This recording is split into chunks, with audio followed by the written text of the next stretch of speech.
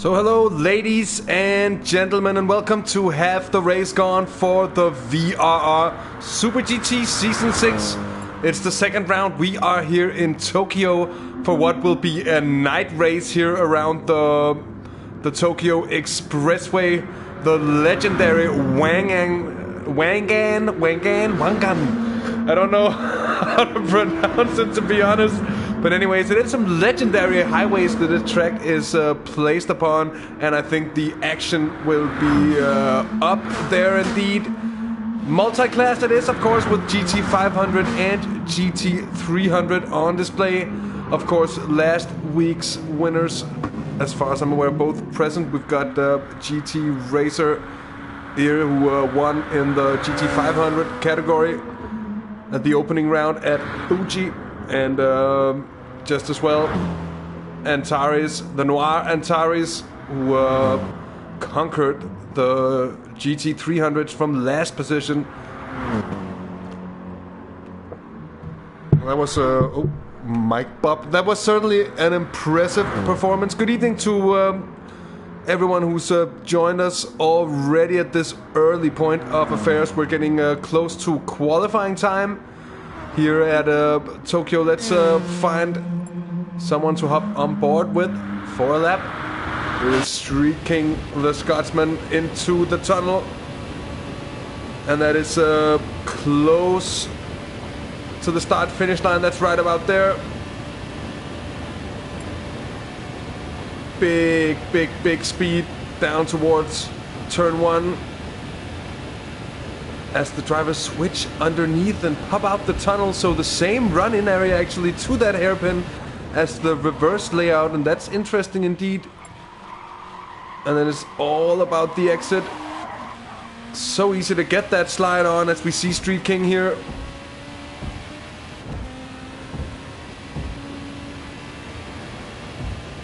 And then it's up the hill into this right-hand sweeper.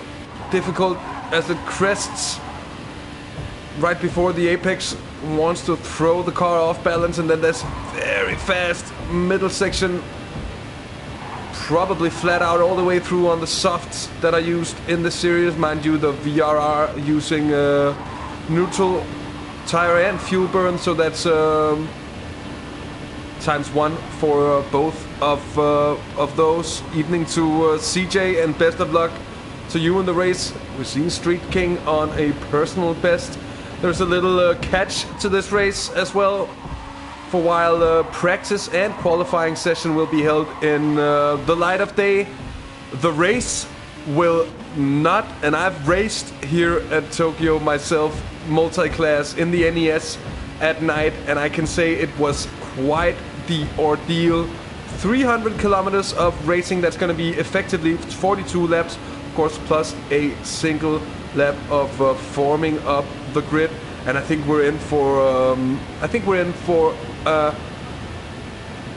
what could be a shocker in the end, because it could be very unpredictable indeed here. What is close is the top of the GT500 standings here in practice at the moment, although the Flash not on track at the moment, so we're not able to see the time they've put in. So it's cross 24 at the moment, though, with Street King just 33 hundredths of a second behind, and then it's 33 thousandths of a second, that 300ths of a second, of course, further 12 thousandths of a second down to race 1 or round 1 winner GT Racer.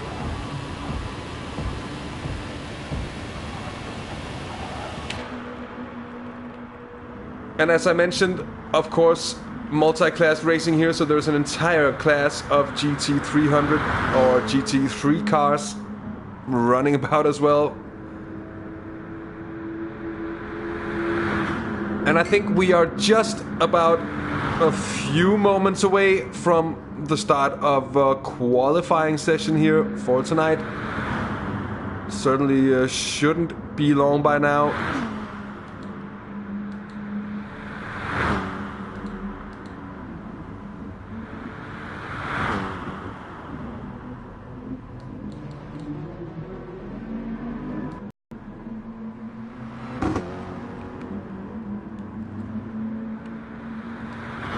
So one thing that I haven't been thinking about too much, but I have been seeing a lot of talk about today as I dug into it actually, is the recent physics update that was implemented this Thursday, only a couple of days ago.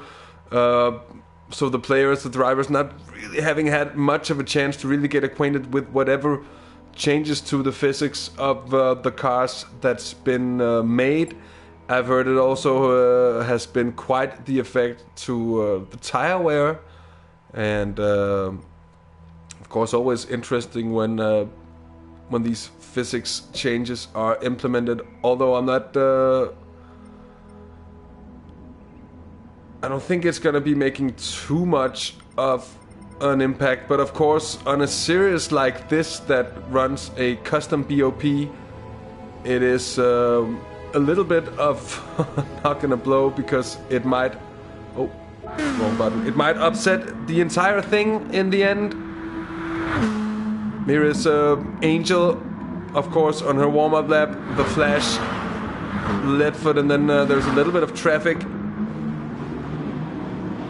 Here's NASCAR fan in the anime in the anime NSX.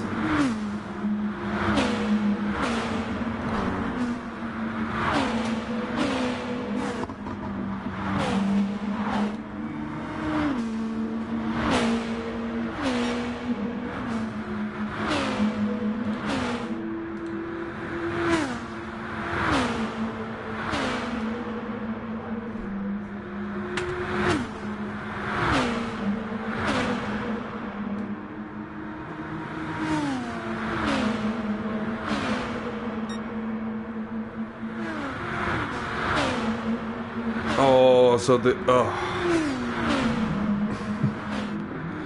it's actually true. I did see that statement. The preliminary excuses for any chaos that this new physics change has brought to the BOP. Bambi actually saw that statement, which is of course could end up being a necessary one. Let's see how it pans out. Although I have a slight sense that the action might be based more upon who gets around these 42 laps of racing here from Tokyo.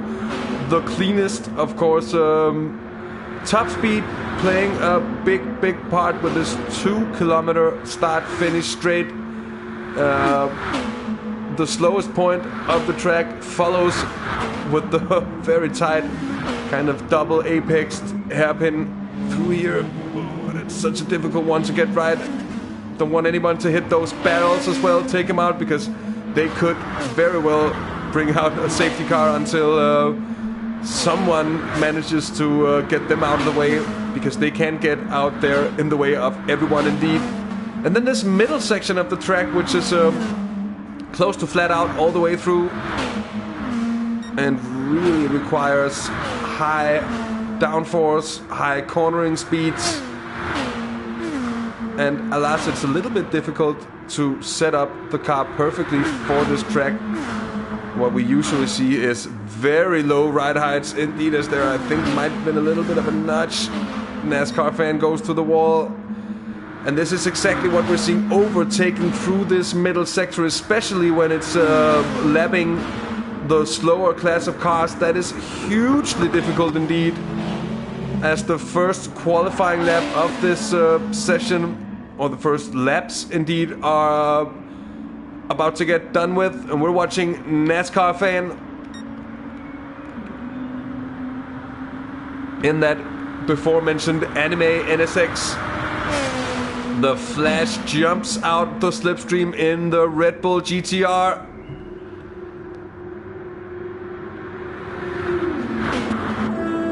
And then what's it gonna be? A pit stop for NASCAR fans, so a little bit of damage, obviously.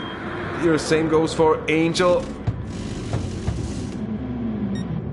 Well, that's a sad way to waste a little time early on in the session, but it's of course gonna clear the air in front, which in turn, in the end, might just turn out to be important indeed.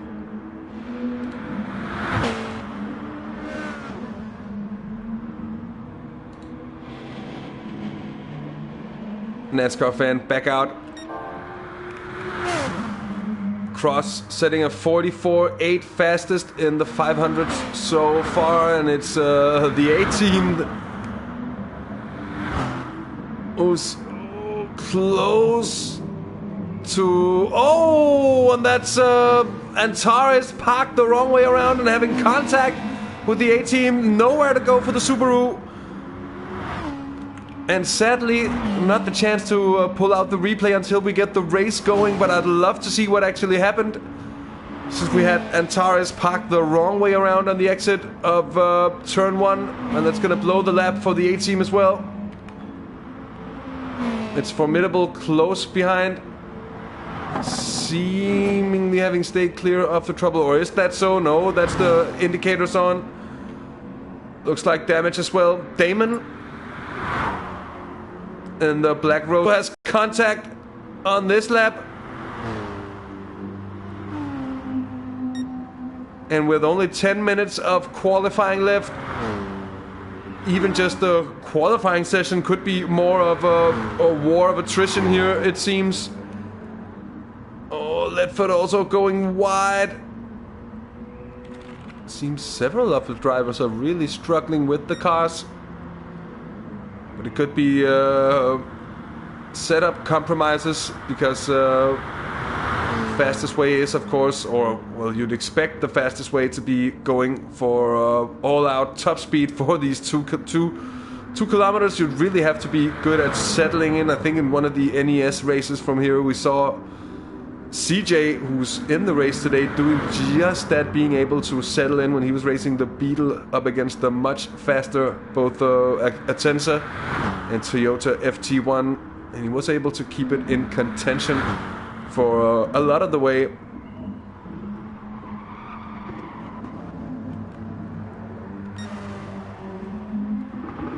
Cross in that Cola Zero. I was about to say NSX. Of course, it's not an NSX. It is a Nissan GTR of the Black Rose Racing team as well.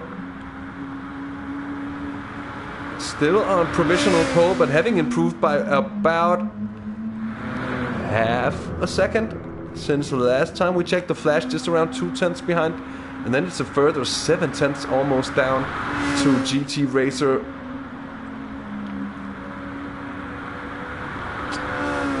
And it's very close between GT Racer and Street King.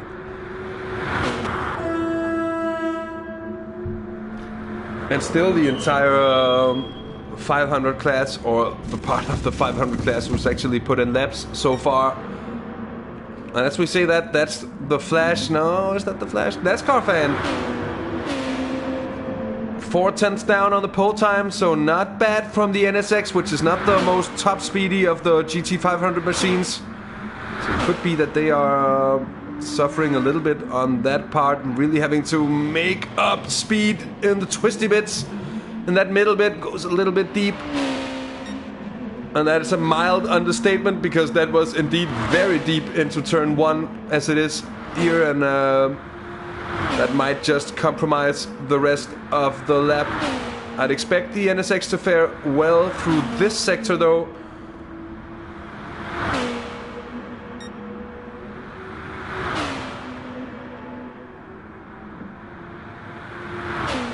Theoretically should be able to set up the car with less understeer through this fast bit, and even with lesser downforce as well, of course. That's not for me to say, but we will indeed see. Here is a GT Racer. Let's go on board. Oh, what timing! The curse of the commentator coming into display as GT Racer has a little bit of contact. Those walls are right there all along the way, and I think it's easier to deal with often if it's a slower technical course. Of course, you might make mistakes, but traveling at slower speeds also makes for more time for correcting those very mistakes. GT Racer just about matching the PR time. Here is Angel. Let's see what it's gonna be. It hasn't been good so far.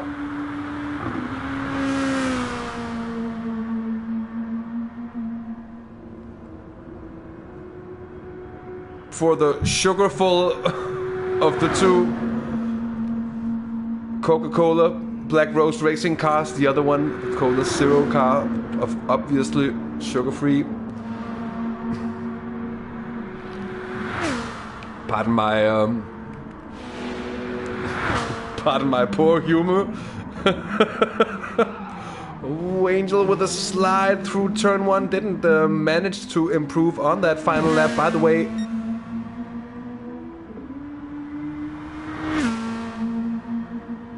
big NFL welcome. Of course, Bambi welcome as well. If I didn't get to mention it before, always a pleasure having nice people along for the broadcasts. And Noir, who, well, it was a little bit of a combination of skill and luck that made it work for Noir in the first race of this series, but it was, in the end, a last to first in class after having caused a couple of restarts because of connection issues, then starting last on the grid.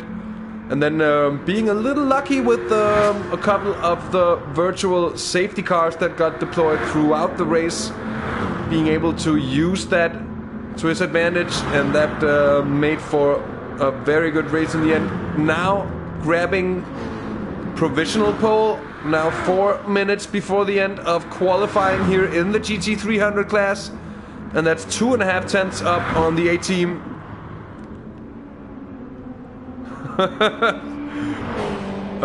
NFL, we've had some characters in chat, so I think you'd have to be quite far out to shock me. I don't think we have Ethan, the meme king, along, but there has been some pretty dank stuff said in chat here. Of course, let's not challenge it and take stuff to the extreme. I reserve the right to ignore whatever stuff goes way across the line. But until that, it's all in it's all in the name of good fun. We're following the A team around quite a bit of bumps and bruises to that Subaru. Look around the nose here as Angel closes up from behind. Oh, that's very of course, the A-team on the outlap, so making sure not to get in the way of the flying Angel. Let's go join the series organizer, the boss of the Black Rose racing team. Still 2 seconds down on the fastest time, and haven't really been able to get it to work so far in qualifying. Here through the final sector seems to be better. And those bumps on the concrete sections of highway, they get annoying after an hour or so of racing here.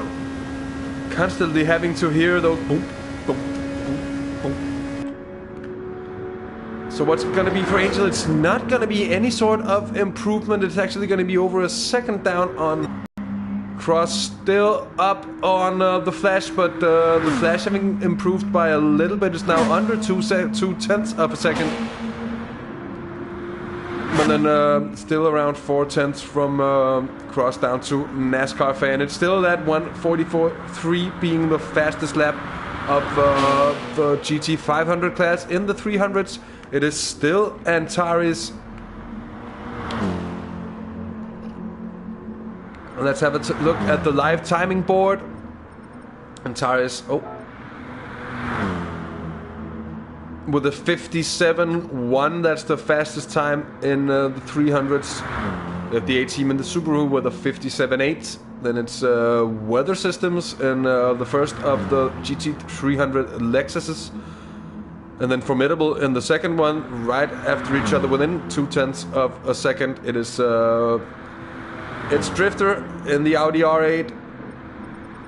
And then the two AMGs, Black Rose Racing AMGs of Ledford and Damon, with Flash Sweden really seeming to have struggled so far.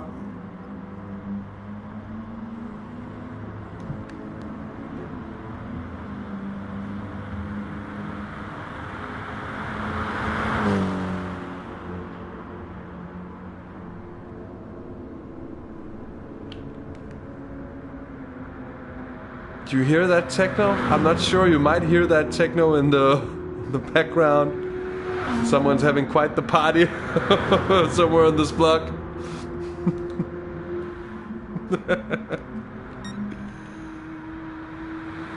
Oh, GT Racer showing the pace now within.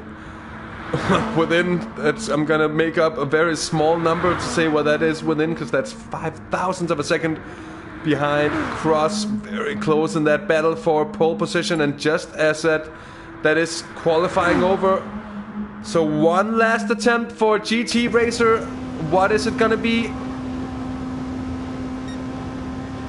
Oh, half a second down through here. CJ managing to miss the qualifying session.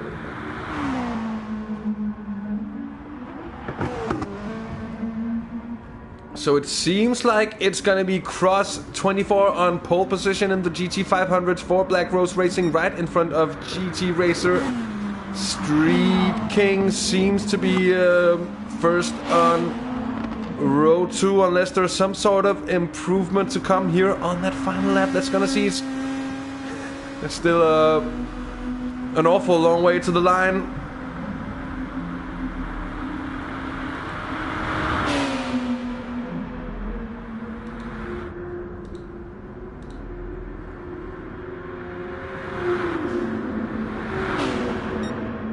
But no sort of improvement for Street King, but it's very close. Top 4 within 0.2 of a second.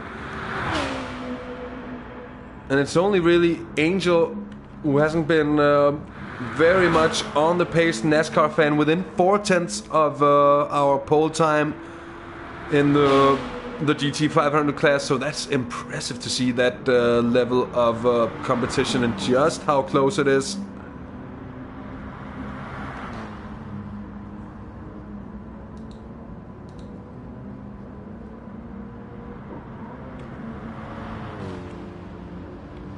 A little bit more of a gap between Noir and Weather Systems, managing just to bump down. Oh, and just as I say that, Formidable takes second place in the 300 class. And that's with a good final lap in the Lexus RCF. But still 0.6 of a second down on Noir. Really seems to having found the magic formula yet again, and just hoping for a better connection, I guess, this time. Praying not to have any issues on that front. But then it gets close, because Formidable, that's under a 1/10 between Formidable and Weather Systems, and if I'm not completely mistaken, it is indeed also less than a 1/10 between Weather Systems and the 18. But it's just a bit of a gap down to the Audi R8 of Drifter. And then Ledford and Damon very, very close indeed in the AMGs. Maybe suffering a little bit under the lack of top speed here. It's gonna be Flash Sweden, far off the pace in that M6, and then CJ.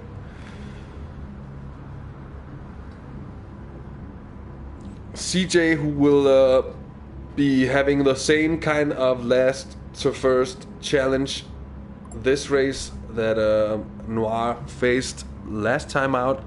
Could be a great one for the Greek. Indeed. So a little bit of a break at this moment. And this is exactly the time when we would love just to have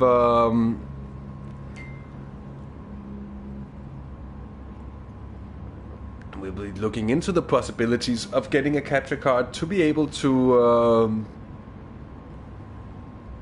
show you whatever little clips from the PC or whatever. Of course, qualifying standings coming right up on screen. It is, as says here, no, it's most certainly not, because it says CJ is 5th. So this is a bunch of bollocks that I'm filling you with. Sorry about that.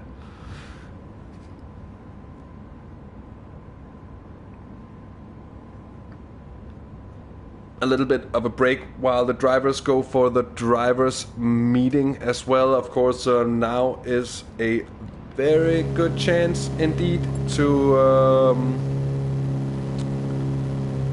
it's a very good chance indeed to have that little visit to the bathroom, that little visit to the kitchen for whatever snacks and replenishment. That's maybe a strange word to put in. Non-native English speaker. Nah. But anyways, qualifying is indeed over. We are indeed getting quite close to race start by now. So if you need to step off on nature's behalf, or if you need any kind of coffee, wine, snacks, food, drinks, whatever, now is indeed the perfect time. You are, of course, watching Half the Race Gone, and we are pleased to show you the VRR, Virtual Reality Racing Super GT. It's the 6th season of Super GT action here from the VRR. We are here from what's the second round of racing, the Tokyo 300. We've had qualifying and practice getting off in clear daylight. Well, the race is not gonna be that. We're gonna be switching over to the still well illuminated, but still kind of black of night from here. Makes it all the more chaotic, and especially, and it really also makes it for quite a showing. We've got these 6 cars in the GT 500 class, the rest of the field, the remaining 9 out of the 15 starters, GT 300 machines. And from experience, I can tell you from racing on GT Sport here, of course, and an LMP1 hybrid Porsche against well, in the NES, when we're also running a multi-class system, overtaking slower traffic through that middle part, that long middle part of this track is just so difficult, and it requires a level of either full commitment, skill, insanity and luck in some kind, or it requires, and this is probably the easiest way to go, or the way that'll get you to the end safely most of the time, a whole lot of patience. It is certainly a difficult one to race with different cars like this. And as I mentioned shortly upon earlier, setting up the cars for this track is also quite difficult, because you really got to find a balance. You really got to find a compromise that'll be able to strike top speed on that 2-kilometer start finish straight, and then also be able to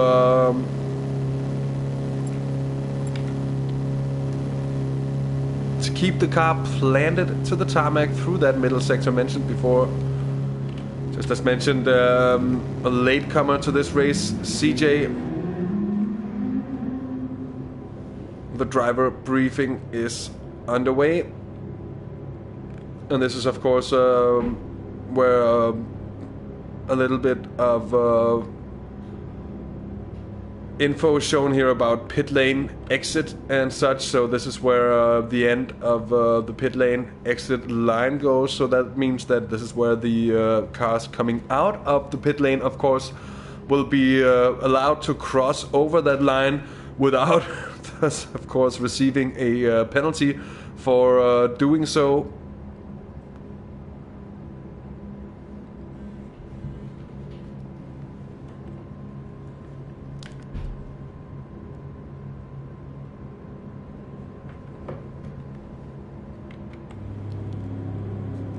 Let's just have a look at the grid yet again. Weather systems in the Setma 1 GT 300 Lexus.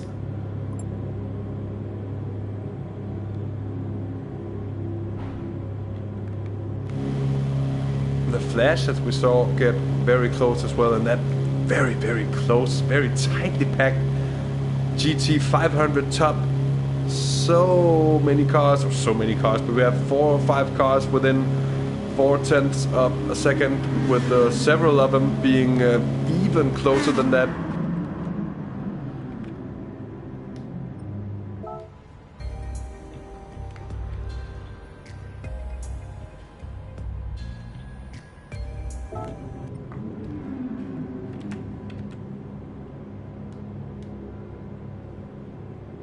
Here is the pit entrance, and it's just for clarification, this is where the line starts.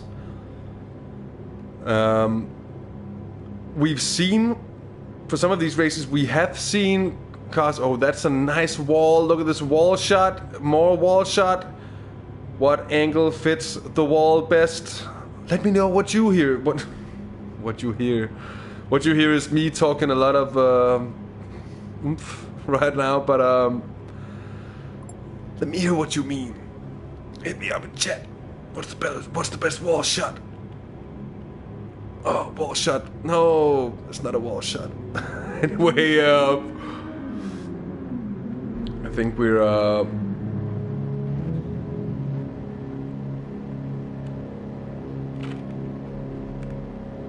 we're getting close to the end of the driver's briefing. Wouldn't imagine there to be too many points to be made for the drivers around here.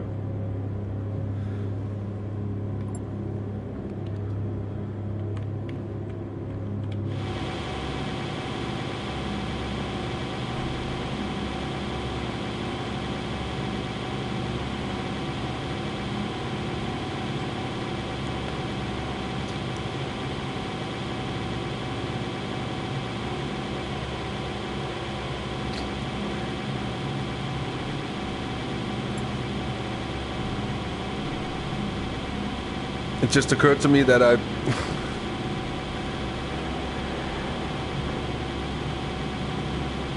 did mention that before. This party going on. Yeah. I'm still wondering if you're hearing that techno music in the background. It's been very monotonous for quite a while now. Also got a bit of a motorcyclist going around. It's just the regular HTRG open windows ASMR. I'm doing my best to provide some kind of driver briefing entertainment. That anime NSX of NASCAR fan. Look at the helmet as well, that number 80 car, and matching helmet design as well. All very nice looking. And here's Formidable in the Lexus.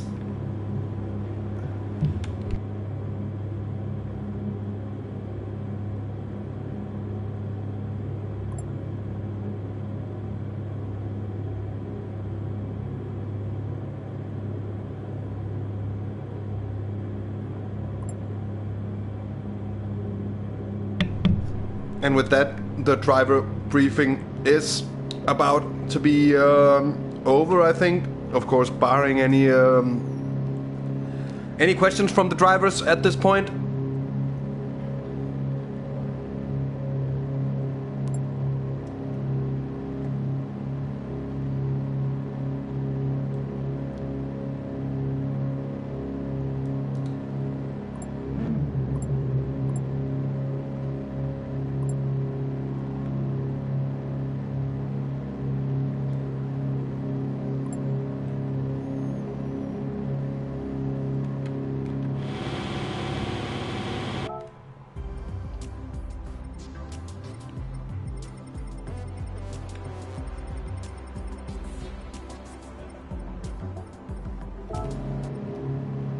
Just checking the visibility of cars at this point. It seems like we do have everyone visible as well. Just to mention,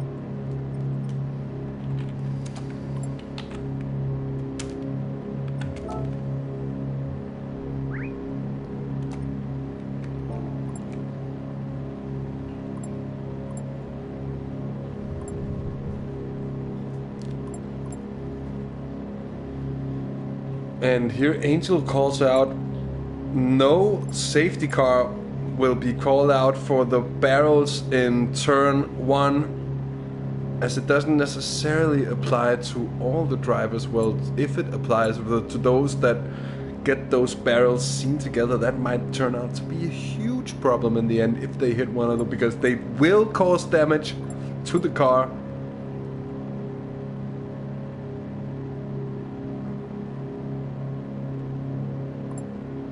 And we've seen those barrels cause absolute chaos before.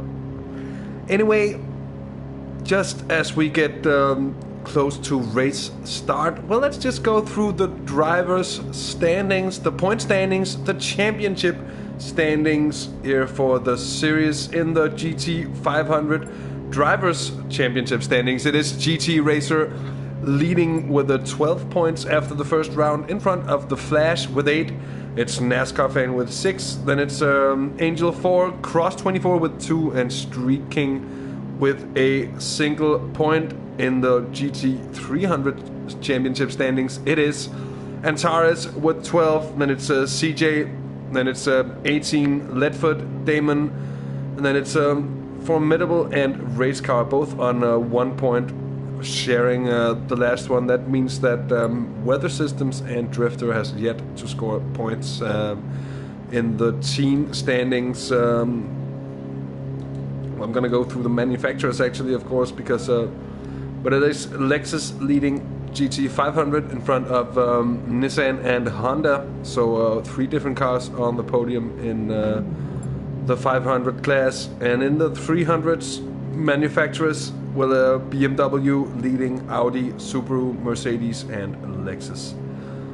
Good evening to everyone who's joined us here post qualifying and pre-race.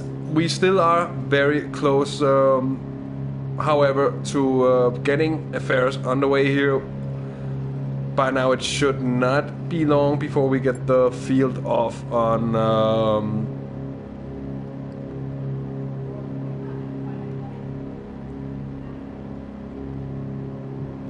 the formation lap. Sup, Tetsu, good evening.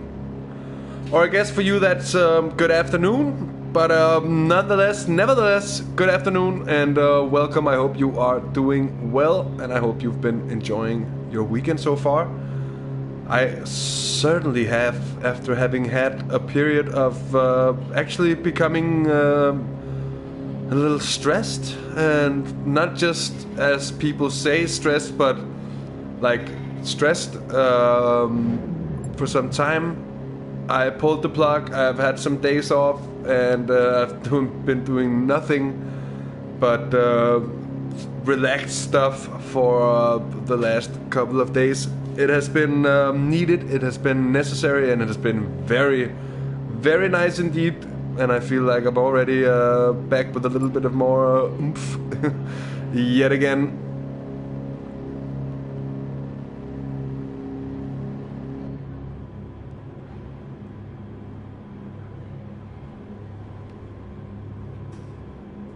So hopefully by now we will be getting ready to get the races underway.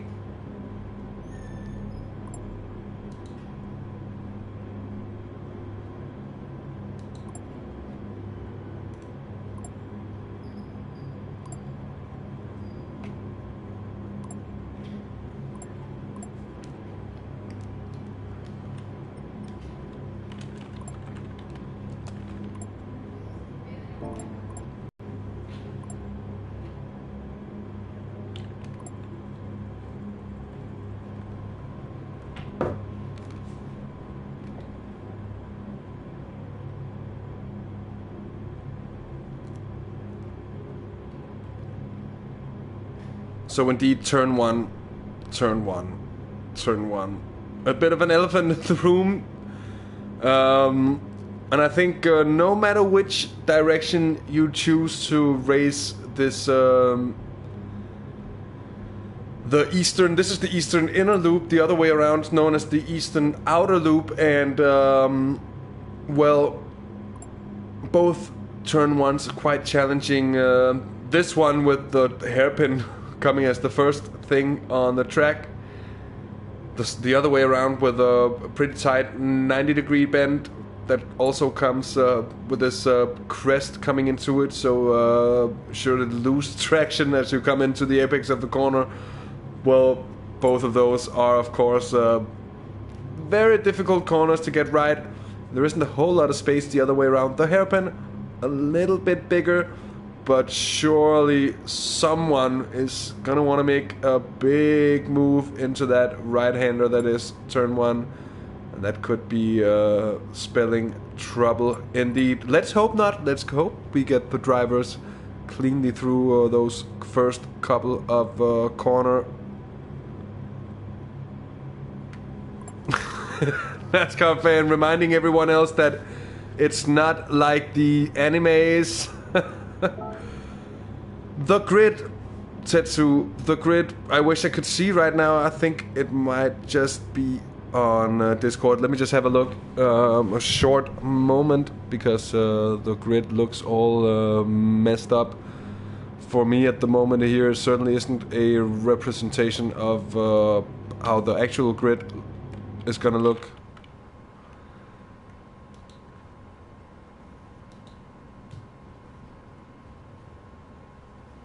And that's of course the moment where where my horribly slow old laptop decides to be even slower than usual.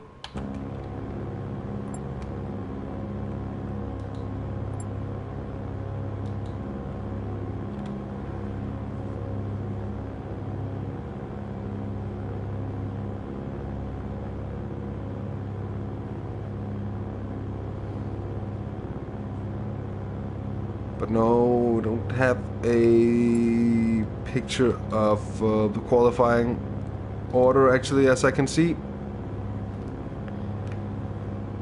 It's gonna be on the screen soon, Tetsu, as we get the race underway. I think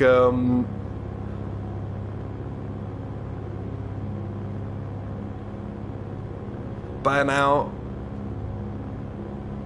I might have said this on an occasion or two by now, but I think we should by now be close to getting the race underway. At least the formation lap and such. I really should, yeah, Tetsu, I really should learn to be like Apple and take a screenshot of that stuff.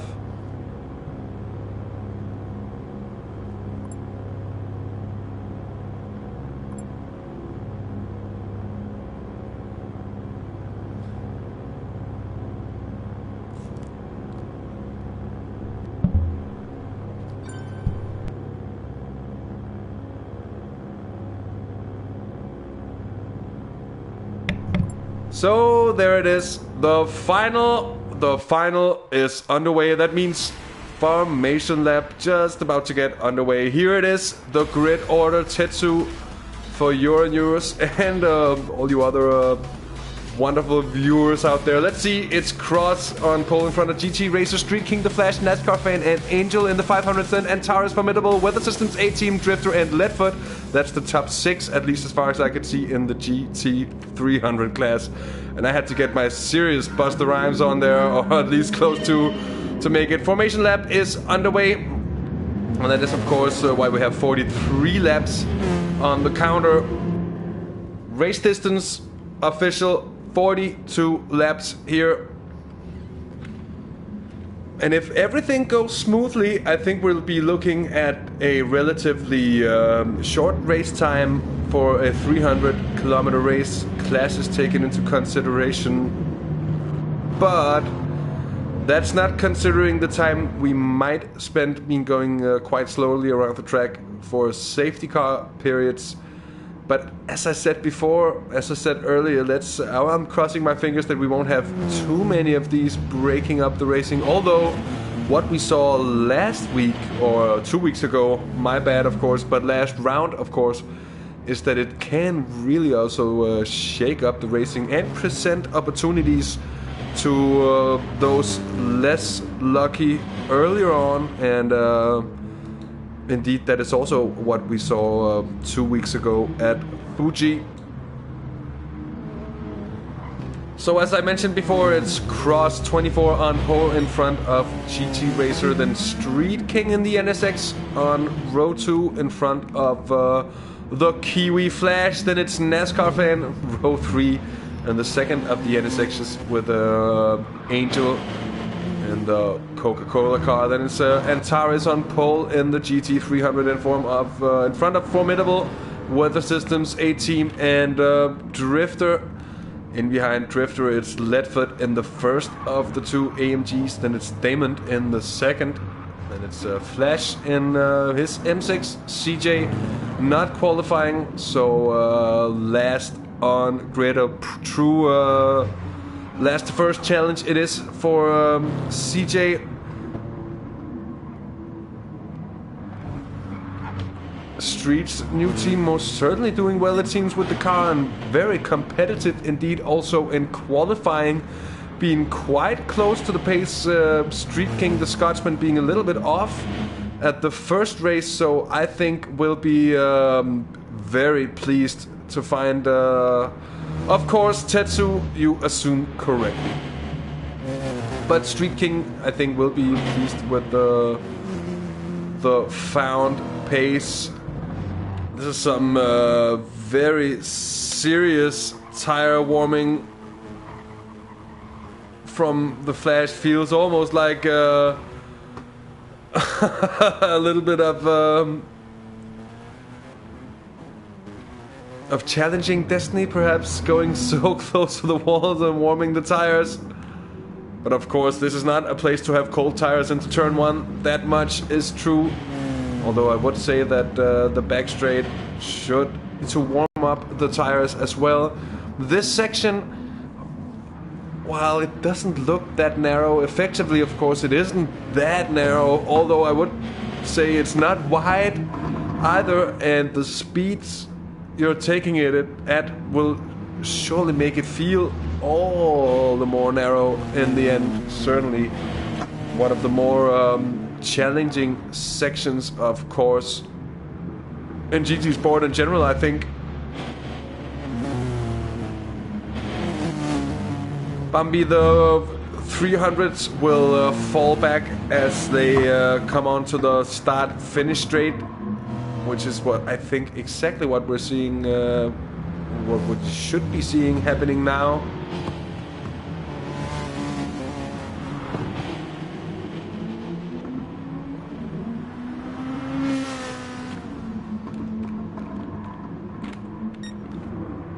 So we're getting close to green.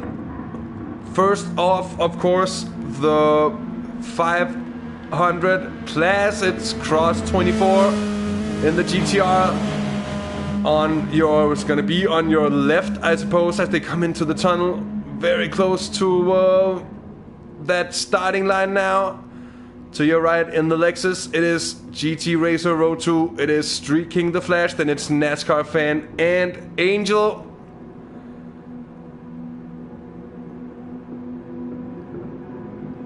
And basically just listening for the roar of the engines by now. Here it is, green, green, green for the Tokyo 300. The VRR Super GT is off. And it is Cross leading him down into turn 1. I think Street King has a really good run. Down towards turn 1 they come. Through the kink and into the braking zone. Let's see if any havoc is gonna be caused. Not, it seems, within the 500 class, with all the cars exiting smoothly except for Cross, who really loses it on the exit. We're gonna go back with the 300s to check out their start as well. We're of course surely gonna be trying to catch a replay of what happened to Cross there, but just sliding out on corner exit, losing the rear end of the GTR. Seems as Tires almost does the same. A little bit of RG barging. And a little cleaner also, it seems, for the 300s here. F's out indeed. Poor luck for pole set across 24.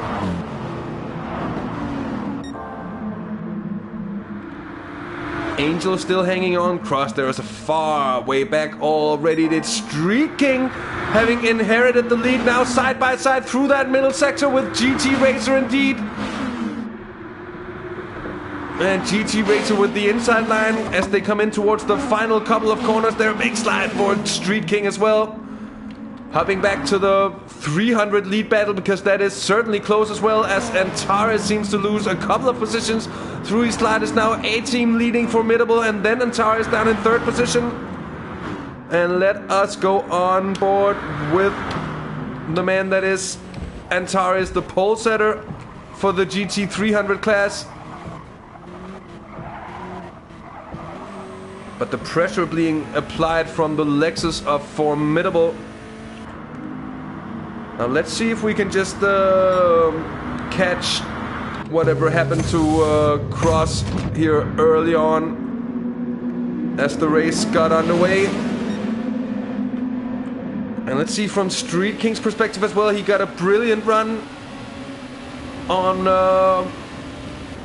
first of all GT Racer and actually on Cross as well. Managed to get a little bit of slipstream before the kink.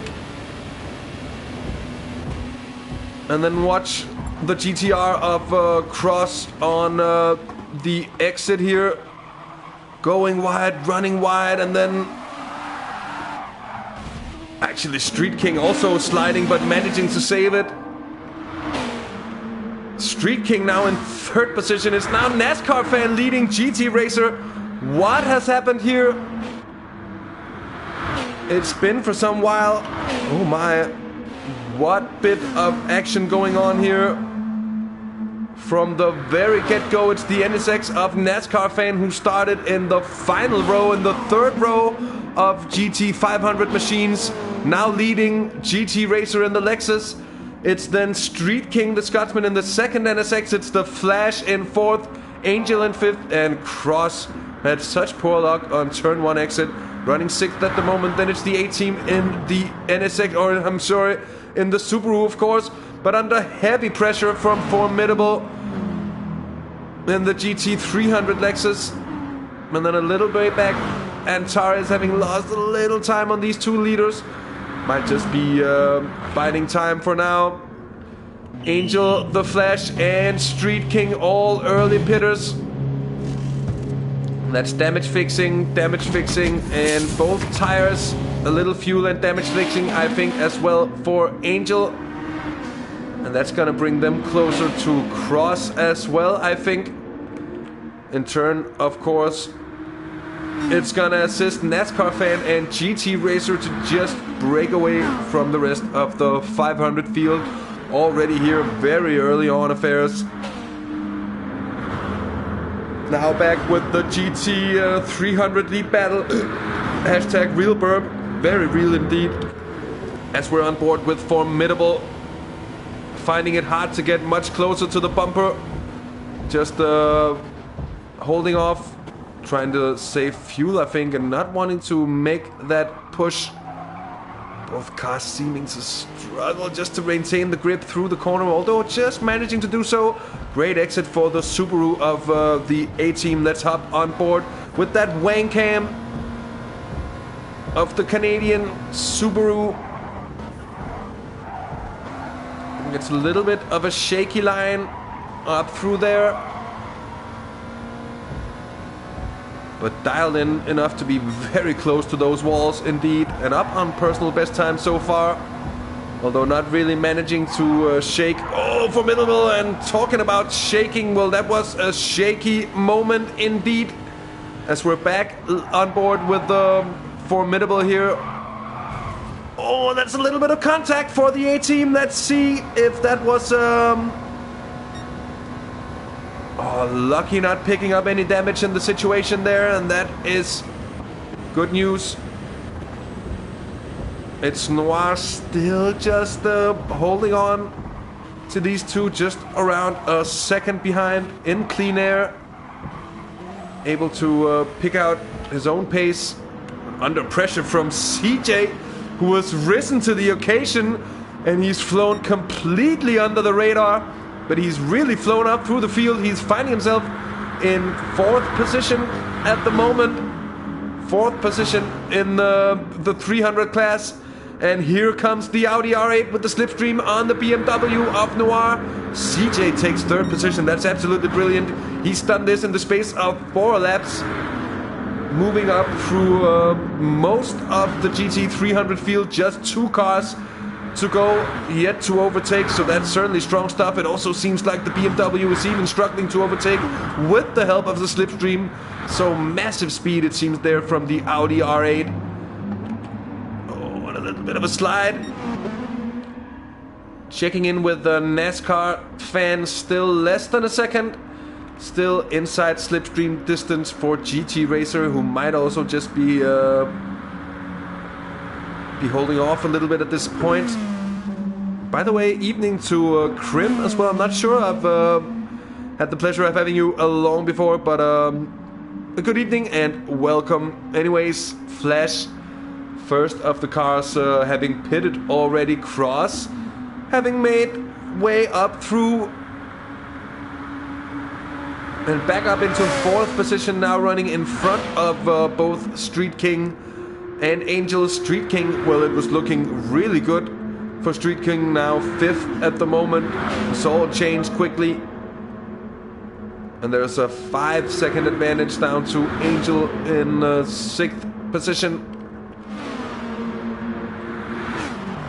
Still very close now, as CJ is really getting close to those 2 duelants atop the GT300 field. Let's go on board with the Mad Greek himself, as he's challenging Formidable. I don't think Formidable really has much to do here on the way down to the line.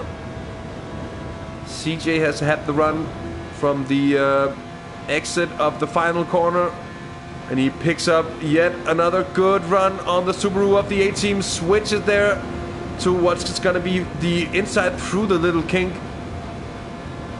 And in turn, of course, also the racing line for the corner entrance to turn 1. CJ now up into the race lead. That is that's impressive. I have to say, very impressive stuff. CJ having moved from last to first in the space of 5 laps.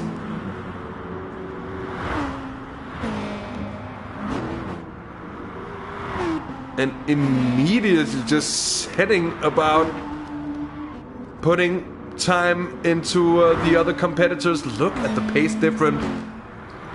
That is striking indeed, but that might be some of the lopsidedness that Bambi was mentioning with this BOP after this new physics implementation. Could it just be that it is the Audi R8 being somewhat superior?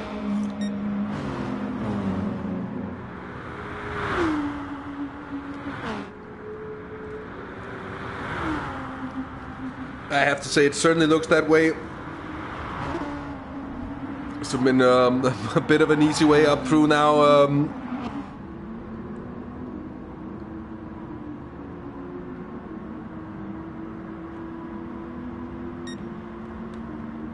Let's have a look at the cars running just further down the order. Well, then before Flash Sweden, who's last at the moment, it is Damon here. He's got 4 seconds up to Drifter, who's then 2.6 seconds down on Damon's teammate Ledford in the second of the Black Rose Racing AMGs. Weather Systems in 5th position in class. And in the other Lexus in 4th at the moment, it is Formidable Noir in 3rd in his M6. It's A-Team in the Subaru in 2nd in class at the moment, in the WRX, in the Subi, of course. And impressively, though, it looks like he might have the aid of, should we just say, as a neutral commentator, a very strong Audi R8 after this physics change. But let's not take anything away from the fact that CJ has also managed to bring his way through the field and keep the car whole, at least for now. We've seen a couple of the GT500 cars picking up damage. Seems to me so far that the 300s have managed to get cleanly through it. We're getting closer and closer to what's going to be the first round of traffic for the leading GT500 machines. Let's go on board with GT Racer, the winner of round 1 from Fuji, now in a very good position to take another good result. Well, if they can just keep it up here at the 300 kilometers of Tokyo. Quite a bit of flashing going on as they get close to the car of Damon, approaching the final 2 left-handers. Well, I guess should be taken as one if they're hit perfectly, but it's such a difficult one. It's the final one of those 2. Tightens a little bit on the exit. Just look at that, the NSX seems to have very good straight line grunt here. But the Lexus of GT Racer only just managing to claw his way in to the close slipstream, now getting close enough that the slipstream is really becoming more and more effective. We might be seeing a move here, or I'd just also be seeing GT Racer pull off. Try and save that fuel maybe.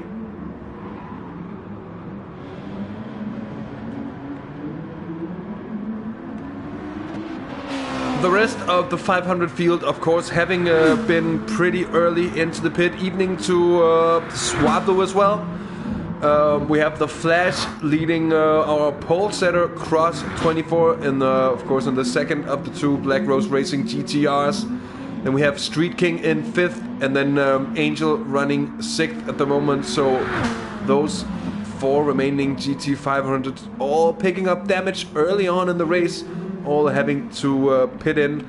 And just checking back in with the 300 class as well. It's still CJ leading the A team, who's picked up a little bit of a gap, a little bit of an advantage.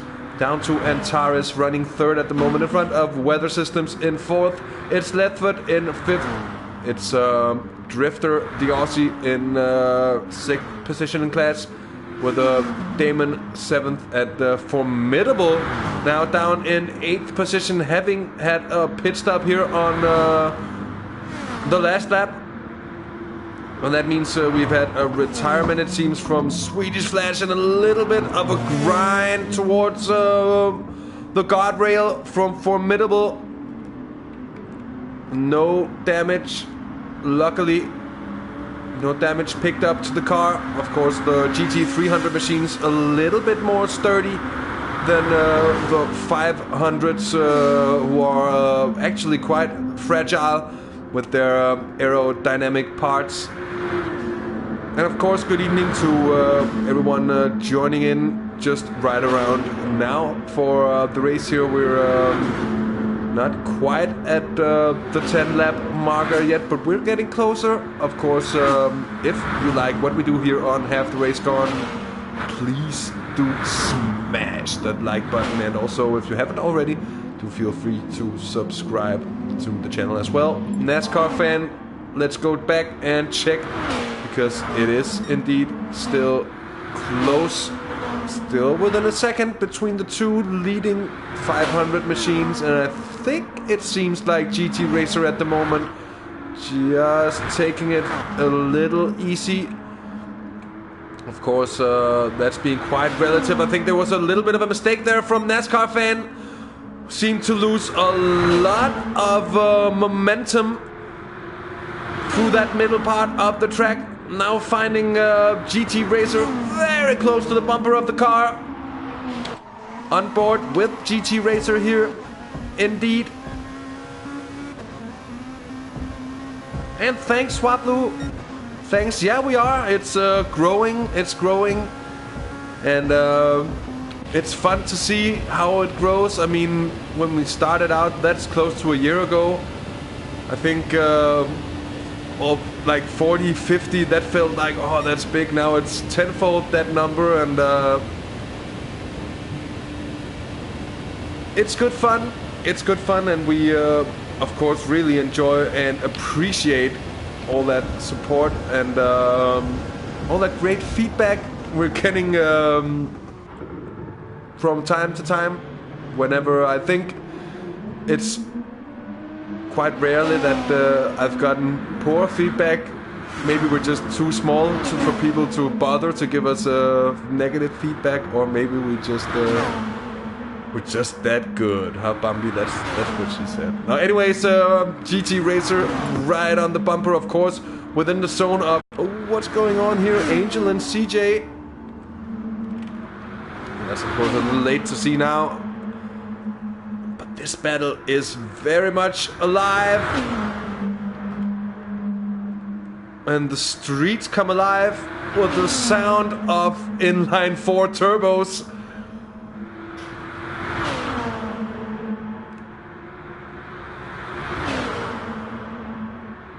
And it is quite the spectacle to have the cars racing here as night. Oh, there's a bit of a touch to the wall from GT Racer. We're gonna have to check out, is it damage? Well, they've been lucky so far to keep it within the limits of only paintwork damage and no, well, actual damage going to the car. This time GT Racer seems to be even closer. But I don't think that GT Racer actually wants to take the lead already. Let's see. That's an actual bump draft. And that is a pretty good answer to the question, I think, because all they want to do is just to break away, and that I think goes for both of the leaders at the moment. Very close now between the two GTRs running 3rd and 4th. Now it's Cross with an overtaking attempt. And now side by side with the Kiwi Flash.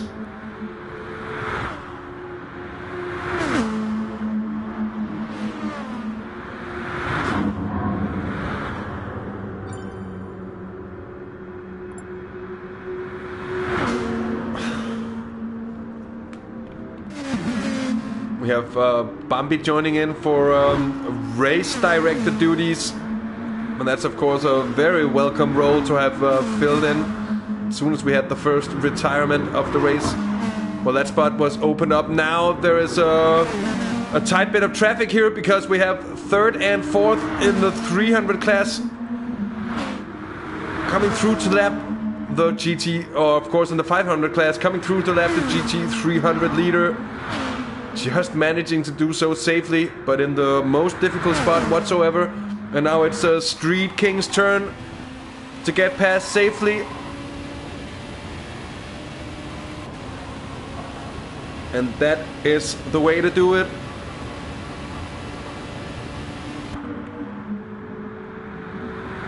With the right amount of patience. And might be that it loses a couple of seconds in the situation, but certainly saves time compared to having a big accident.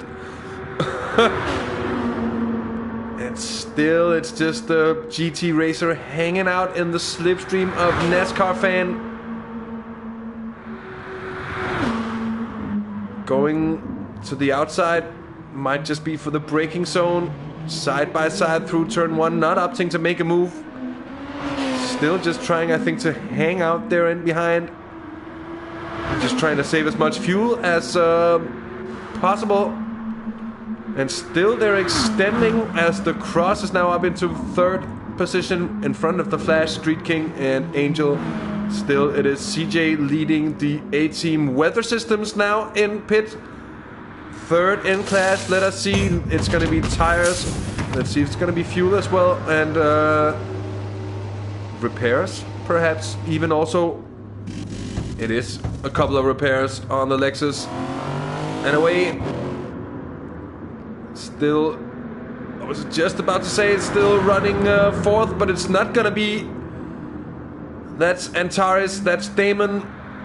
Side by side now in front here. Let's go up on board with the AMG, who's been put on the outside on the way into turn 1, and has to give way. I think tries to cut back on the BMW M6, not able, it seems at least, to gain enough of an advantage. And Noir keeping a hold of 4th position. Seeming to be charging up through the field, actually. Get another just a little touch of the barrier. Shouldn't slow Damon down too much, though.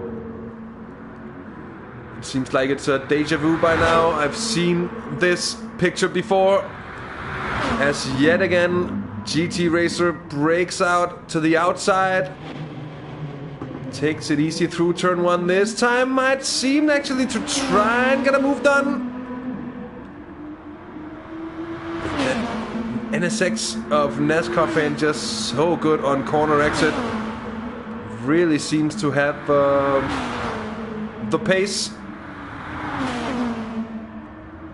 We're on lap 13 of 42 to be done.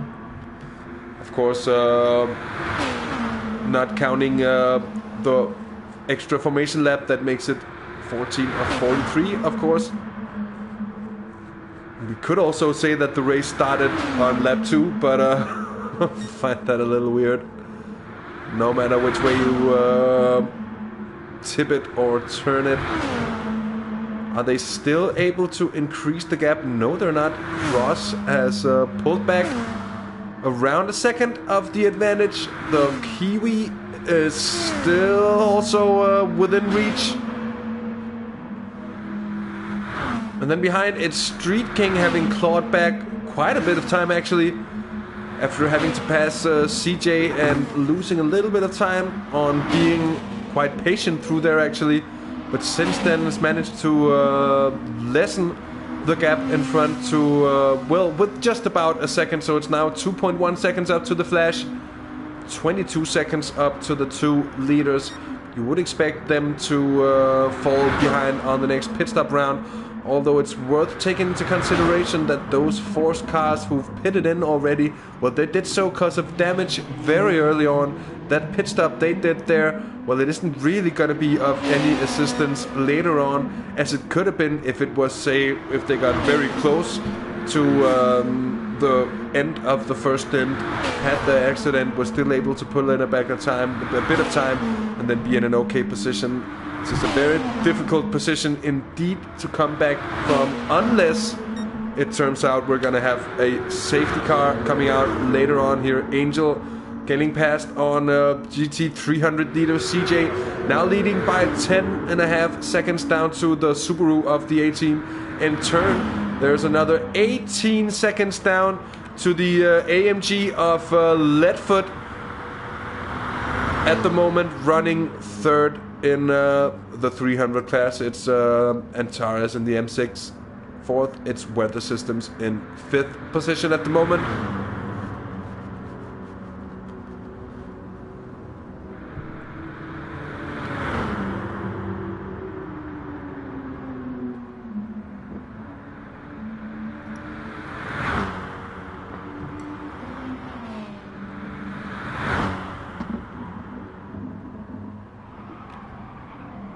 Bit of a slide from Leadfoot entering turn 1.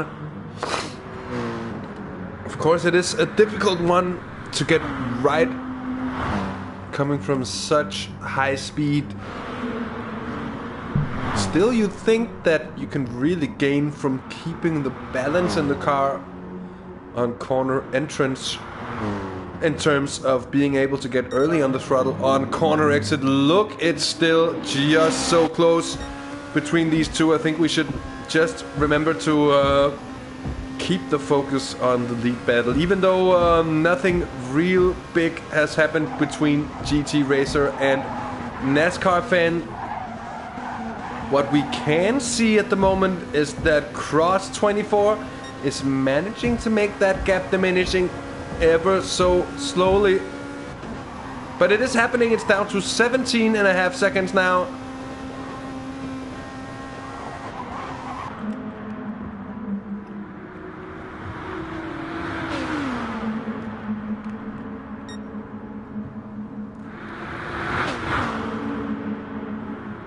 There's some lapping going on, and that's Drifter getting lapped by the battle for the GT 500 lead, the overall, in turn the overall race lead. as GT Racer still just hangs out in the slipstream of that NSX. I've never seen an NSX with such straight line pace. It might be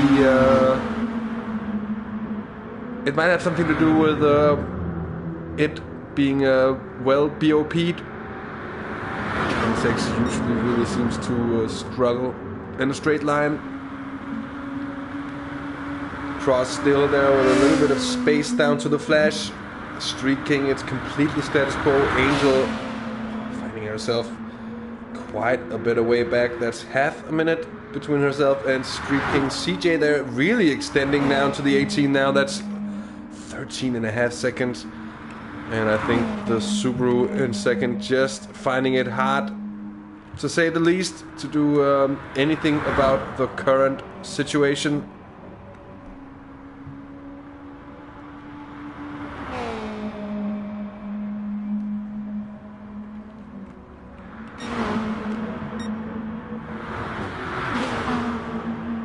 Here up they come to lap Noir in the M6. Oh, it's a shaky move. Look at GT Racer just being right there, following through. Nerves of steel being shown here from the Lexus driver. NASCAR fan doing incredibly well just to find a way through in the first place, but having the guts to just follow through so closely in behind. Almost gets it wrong on entrance there to the penultimate corner, and in turns open the door for GT Racer through the last corner. Now they're side by side. GT Racer with the nose in front. Is it gonna be the move? I don't think so, because look at the straight line grunt of the NSX and just comes surging right back. A clear difference in speed and a clear difference, I think, in dynamics as well.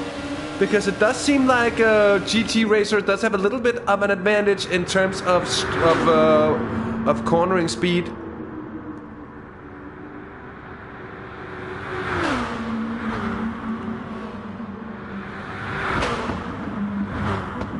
I think that's exactly what we're watching Tetsu good call. Lots of downforce, giving the advantage through that middle sector to GT Racer, but GT Racer in turn finding it difficult, to say the least, to overtake due to that lack of straight line grunt that NASCAR fan has. Still status quo to the Flash. Purple through sector 1, but it's gonna lose a little bit of time, passing what I think was the car of Leadfoot. Now Angel pitting in yet again.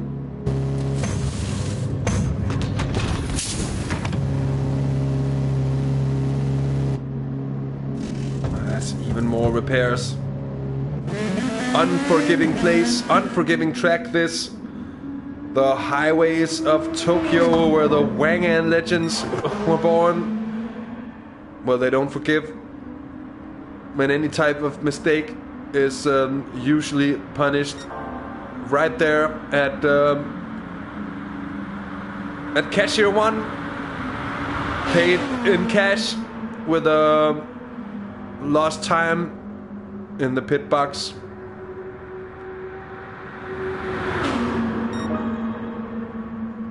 GT Racer with a new fastest lap, and this time manages to make a pass stick as they pass the start-finish line. In turn, tries just to squeeze NASCAR fan on the outside, and this time might just actually have enough to make it work as GT Racer grabs the lead of the race. Is definitely strong stuff. Let's see if they'll be able to hold on. Let's just have another look at, or a little bit late in it. So if Tetsu, if we're right, what we're seeing, we're totally right about that, because look at the pace difference through these high-speed corners.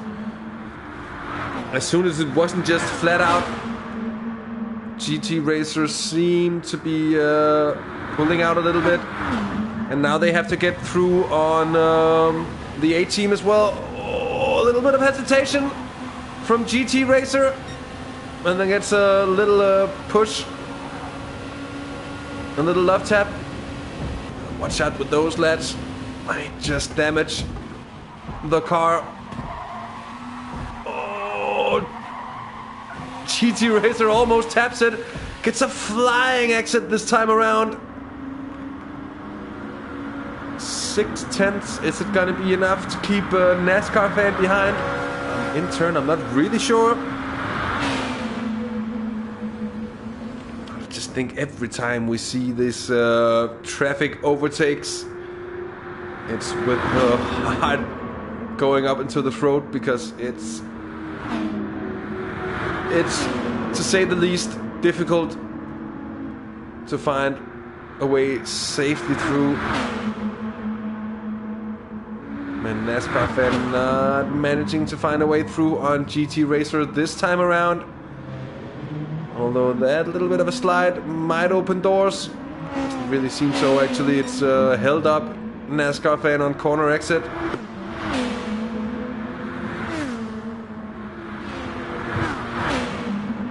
Well, I think GT Racer could have had the advantage of being able to save quite a bit of fuel from all that time in the slipstream of NASCAR fan.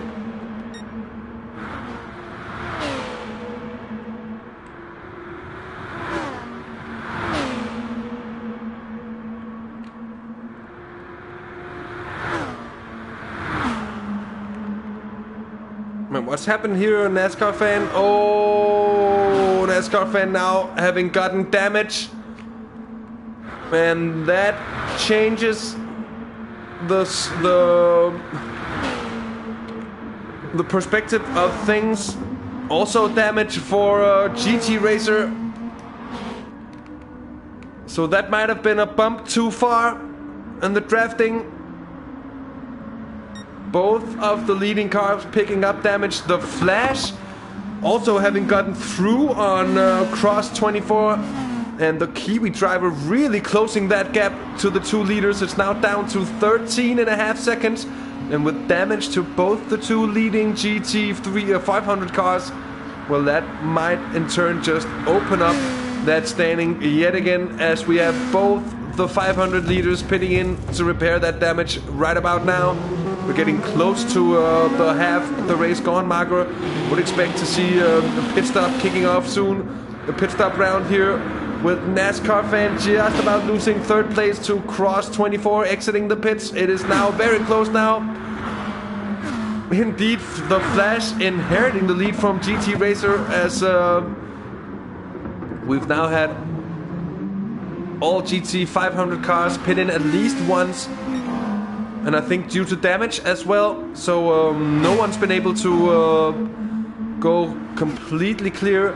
And look at the Flash there, 143.8, having really found the pace in the GTR at the moment. And just at the right time as well. Now to take the race lead. And it's all opening up yet again. Although in this situation, well, if the Flash and the other ones pitted and did fuel early on as well, well, they could be in a little bit of an advantageous situation.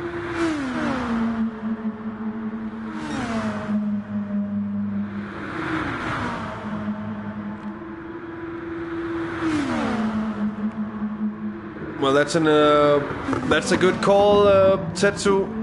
NASCAR fan and GT Racer able to go the rest of the distance on what fuel they've put on. Or it should be at least just over half a tank of fuel. Yeah, that is indeed, that should be enough, of course. Tires as well, so that indeed puts them in a very good position now, and especially GT Racer, the more time that can be put into a NASCAR fan right about now, well, the more of an advantage that will come into play as soon as the rest of the 500s hit in for what they will probably need to do. I'm quite sure they'll need to pit in to pick up that all-important fuel. CJ having built up a commanding lead of now 22.5 seconds. It's looking very good for the Mad Greek in the lead. It's still Canadian DA team in second in the Subaru. It's now Leadfoot in the AMG in third, but with close company from Noir in the Clockwork Motorsports M6 right in behind. Let's go on board with Noir, and it's a winner of class winner from the first round on Fuji. Leadfoot doing a good job of just getting, well, that's sometimes a good defensive strategy. It's not fast, but it's strong defensively, just holding up the chasing car on corner exit, of course.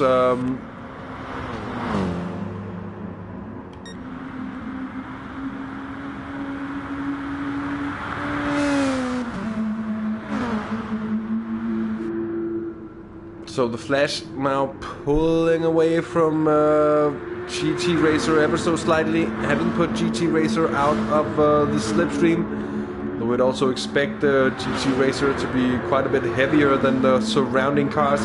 Now look at this though, there's the over 5-second advantage that the GT Racer has picked up over the course of the pit stop and the following laps here. That might turn out to be very important in the end, indeed. Let's check back in with the battle for third position in the GT300 class, as Noir is still chasing Leadfoot. I think here we're gonna see a move on the way into the tunnel. Switching to very much Wangan on the M6 of Noir. But Leadfoot not being shaken off that easily.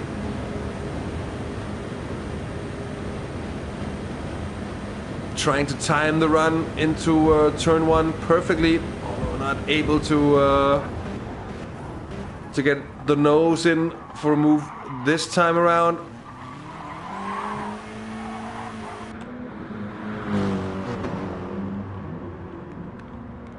Personal best first sector for Noir.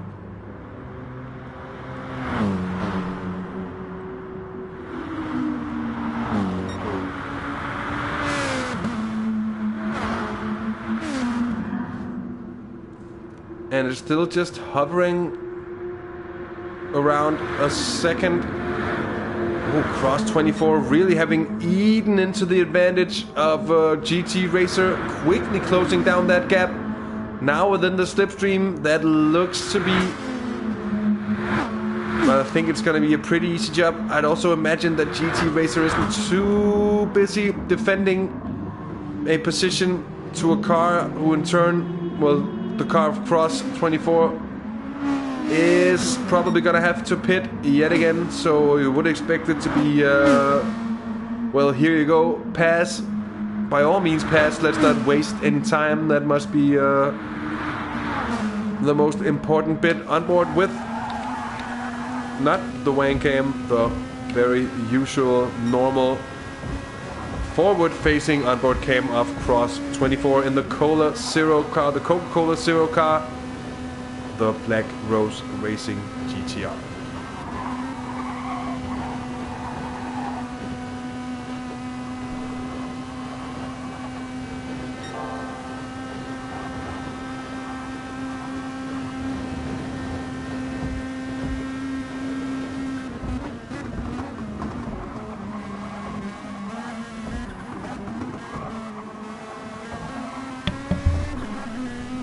There's the 84 car of Damon getting passed by traffic. I think it's just about to think that it was the Flash getting held up, but Kiwi seems to be very well off at the moment. Here comes Cross 24 on the GTR. And yet again, GT Racer just tucks into the slipstream. Says, thank you very much. I will have that draft and I'll even aid you with a little bump down the way perhaps.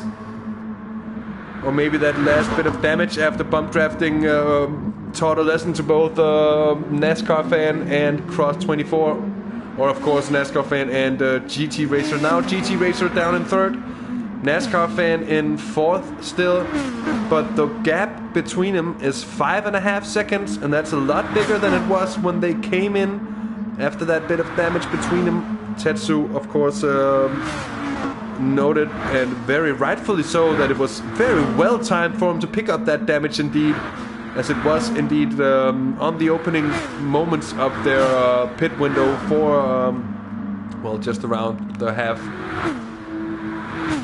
the race gone, Marco. We are more than halfway through the race by now, having yet to see a safety car period. That's the R8 of Drifter as well, and further towards the back of affairs is the AMG of Damon here, the number 84 car. Leadfoot in the pits now as well. Drifter having picked up mechanical damage.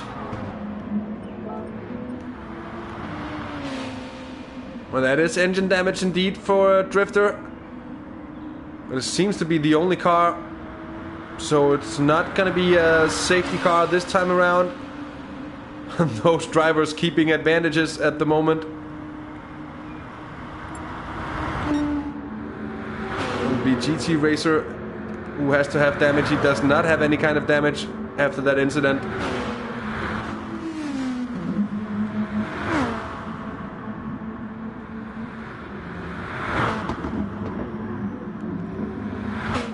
GT Racer certainly lucky.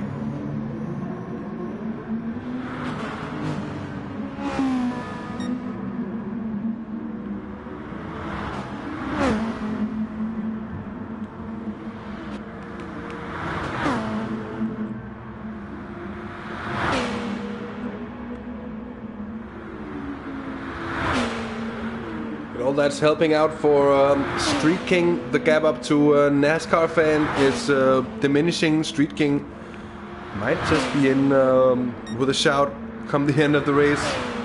Only 12.6 seconds down on the Flash at the moment, so it's all staying close. Although you have to remember that Street King, of course, being worse off than both NASCAR fan and GT Racer, from a tactical point of view at least. Being that you'd expect that he needs to pit again. Let's go back with the 300s, as it's CJ closing in on the other R8. And that's the same class pass. That's a pure blue flag situation for Drifter. I should just also see how much more sketchy the middle sector is for the GT300 machines, who certainly doesn't have the same amounts of downforce to rely on.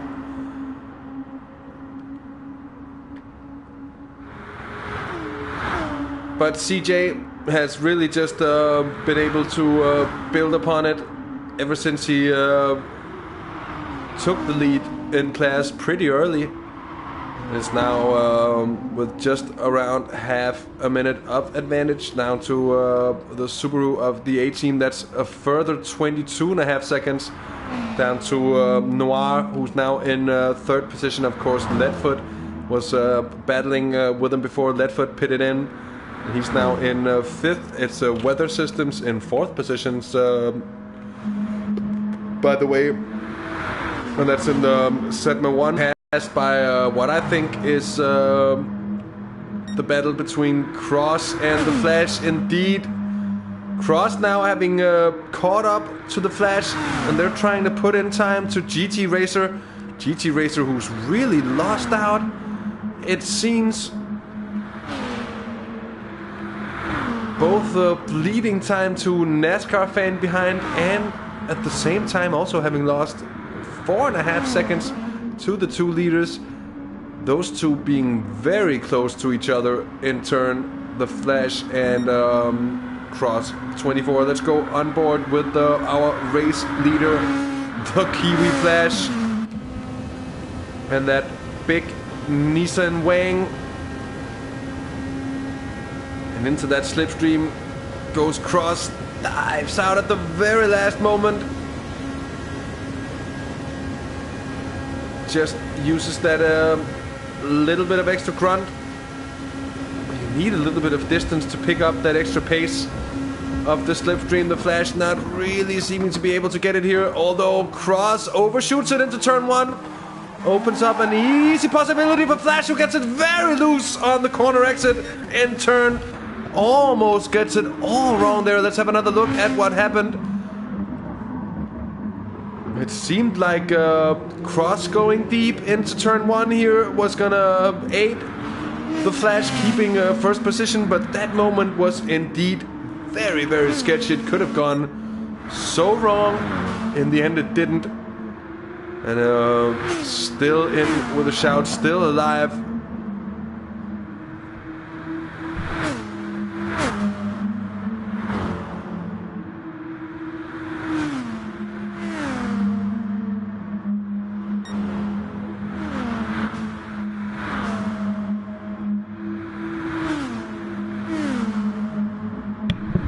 Of course, what it has done is that it's helped Cross break the slipstream down to the Flash.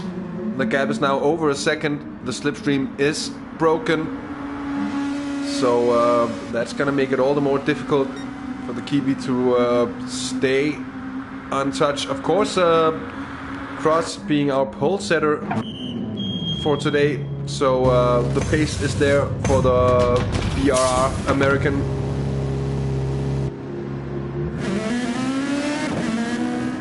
There's a splash and dash for Angel now, right back out on track.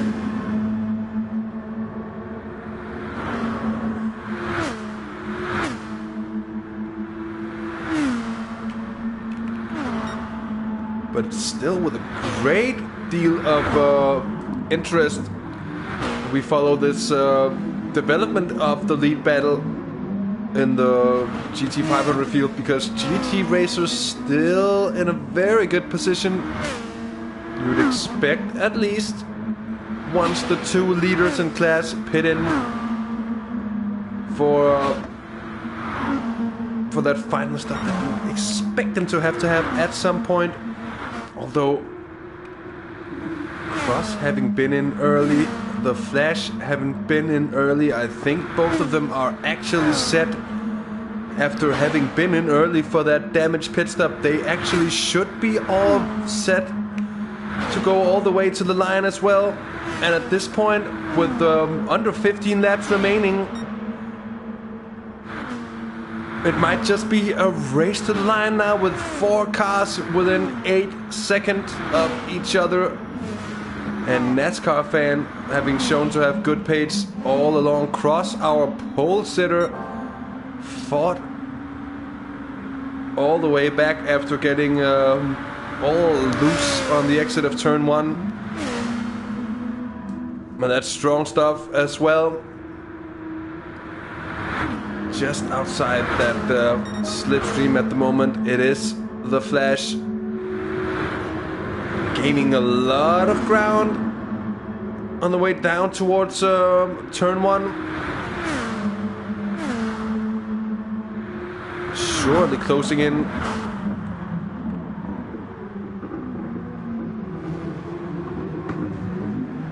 So for once, Tetsu, I think we made a wrong assumption there, thinking that the rest of the 500 field would have to pit again.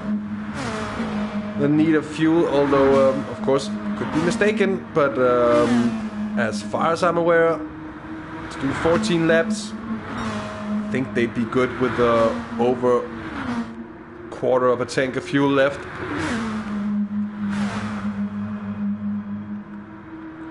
GT racers still just bleeding time.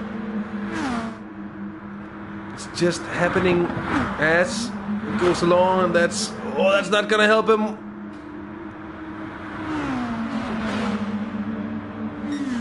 NASCAR fan now dangerously close, as there was a big loss of momentum getting around the Subaru of the A team, and now NASCAR fan, these two who's been going at it for so long now, packed together yet again, conjoined to do yet another battle. This time it's for 3rd position instead of the race lead. And as we'd expect, the superior pace of the NSX, hard to match for GT Racer.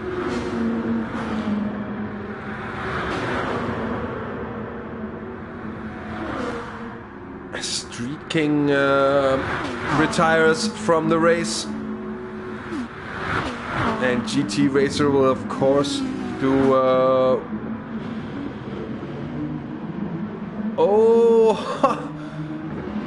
that's NASCAR fan getting a little twitchy on the exit. What I was about to say was that it's important for GT Racer to stay in touch with the slipstream of NASCAR fan, really aiding to pick up a lot of speed on the straights.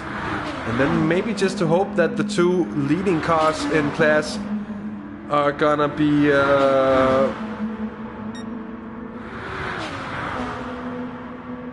battling it out come the end of the race. And that might just enable the 2 followers to close that 7-second gap. Would expect the NASCAR fan and GT Racer to have a little bit of an advantage on tires, and at the moment the advantage is coming down until it's not coming down anymore, of course. It has to be that way. Whenever I say the advantage is coming down, it's bound to stop doing so. Just from looking behind, I could see that GT Racer still just tucked in to the slipstream of the car in front.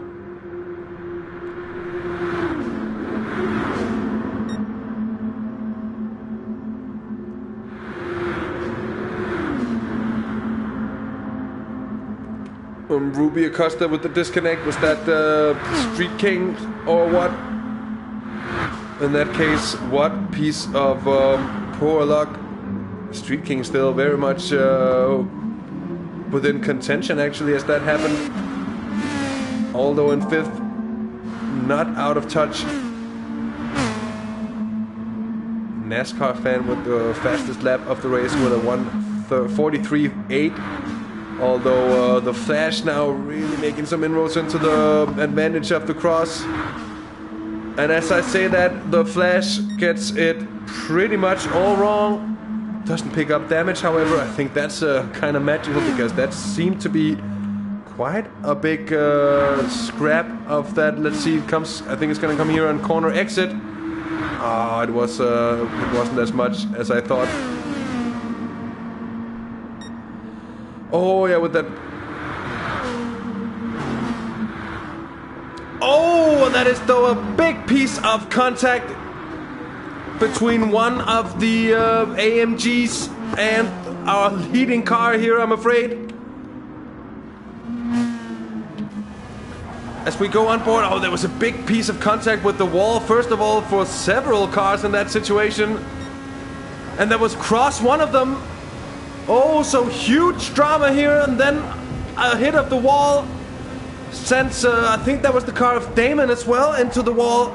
And this is gonna require another look on board with the car of Cross as well.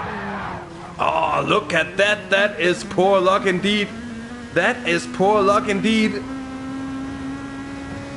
So the drama picking up here with 10 laps of racing left to go. CJ now pinning in. I don't think that's going to make much of a difference at the front of 300 affairs. But that calamity before surely making a difference now to the front of the GT 500s with the Flash now leading Cross 24 by 2.5 seconds. Big contact indeed there before. Huge calamity here late race. And with a disconnect for Street Kings, I don't think... well, I'm not to say anything, but I hope you folks are gonna figure it out post-race, which usually always works out better, that's at least my experience. And certainly when someone's had a bad race, this happened to myself as well, tempers flare, and it isn't always the best time to settle things. And when blood cools down and tempers does the same, well, it's all easier. Cross really on a mission. Lucky not to pick up damage through that situation. Let's just have another look. No damage from that scrape. I'm finding that quite incredible. Very well-built Nissan indeed.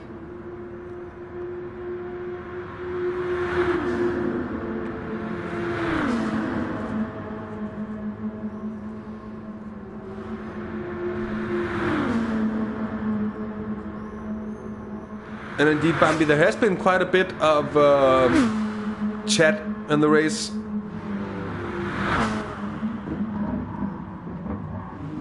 And certainly Ruby, it seemed going very well, and a big improvement on pace from the first round to here. So if that pattern can continue on, it certainly looks good for the coming rounds. Of course, we will be back to cover the coming round, the third round. That's already next weekend.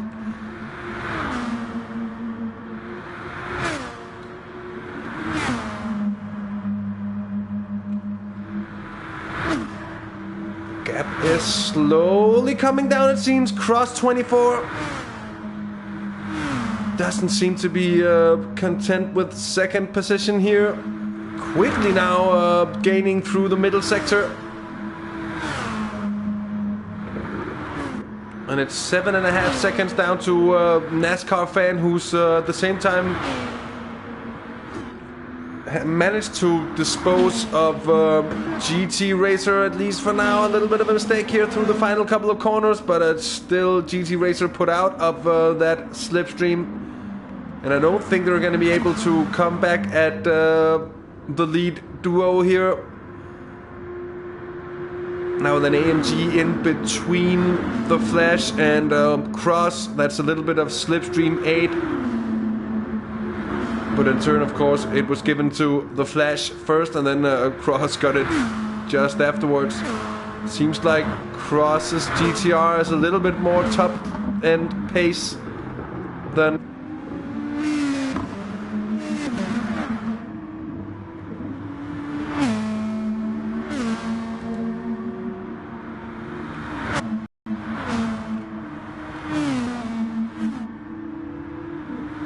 Gets within a second. It won't take much more for the Cross to be within slipstreaming distance, and then it'll be a whole new situation for the closing laps of the race, and we might just have this GT 500 battle go all the way to the line here. We're on board with the Cross 2418 pitting in. That's a little late. Might not have seen it in yet already, I think. They've been able to carry on for so long without pitting in, so fair play. Oh, the Flash gets a little touch of that outside wall, and that costs a tenth or two. At the same time, I think it might be getting close between Noir and the 18. Let's just have a look. Oh, that's not what I wanted to do at all. But close. Well, it did get close. And Noir managed also to pass the A-team and move up into second position.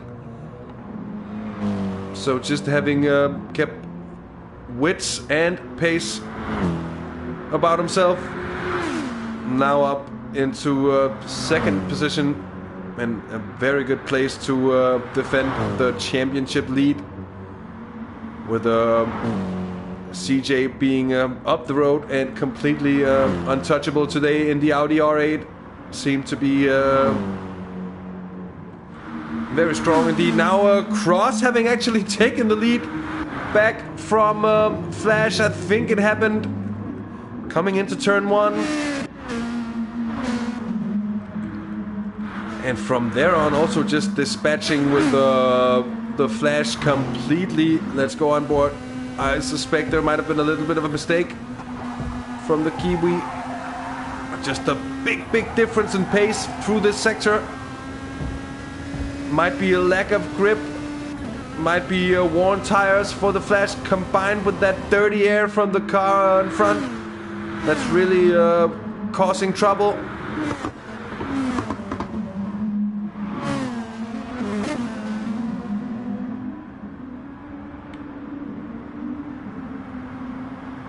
Oh yeah, Tetsu. At what incident? I didn't catch exactly when you wrote the message, so this is by no means over yet. The flash in Cross 24 gets me confused time and time again. This time, the flash taking back the lead.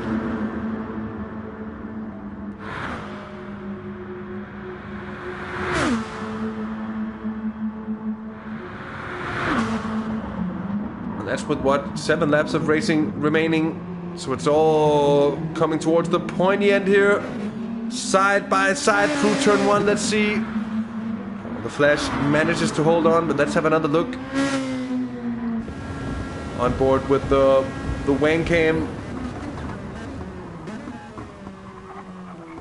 The Cross certainly do it again. The Flash certainly doing a good job of just using the ability to get that little bit of extra speed on corner exit from being on the outside. Oh, it's certainly close. It's very close between the two. Look at this. Of course, Cross needs to be a little careful in through here, being so close, so well within the dirty air. And all of a sudden, a corner that the car normally might be able to make, but it just isn't going to be able to make it anymore, and might find yourself just veering into the side of the wall.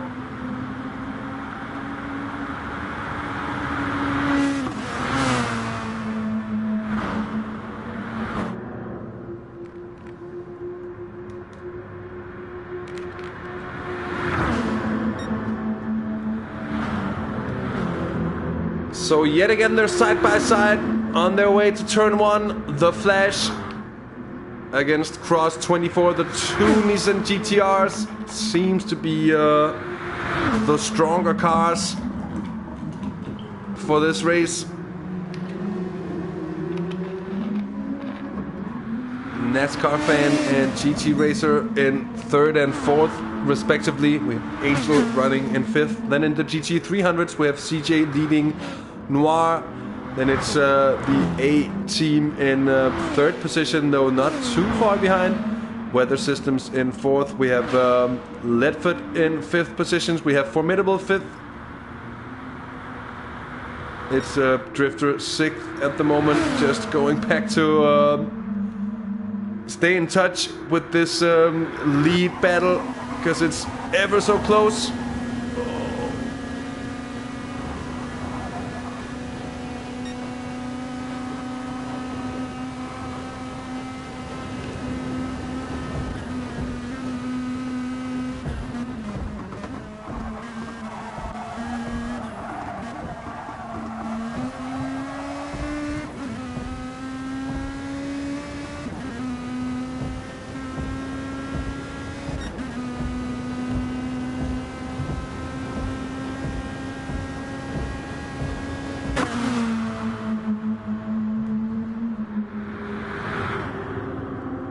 And yet again, I feel like we've seen this scenario unfold a few times, a few laps in a row actually now.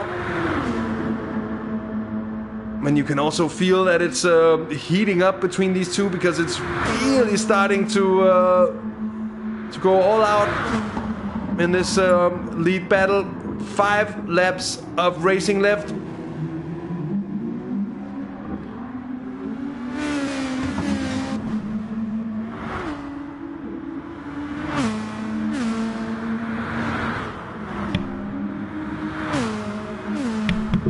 And yet again, Cross 24 lost some time on corner exit. Oh, that corner exit from turn 1 has been tricky for Cross throughout this race.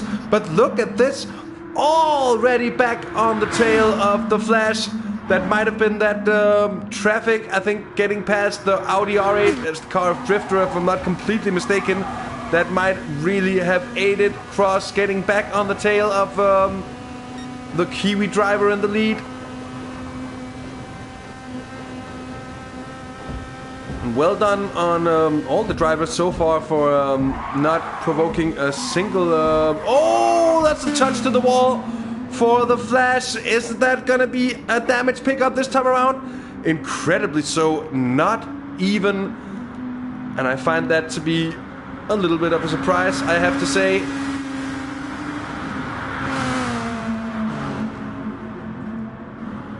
Certainly with these scrapes and bumps along the wall, I would have expected the GT500 to be more prone to picking up damage than we have seen them to actually be.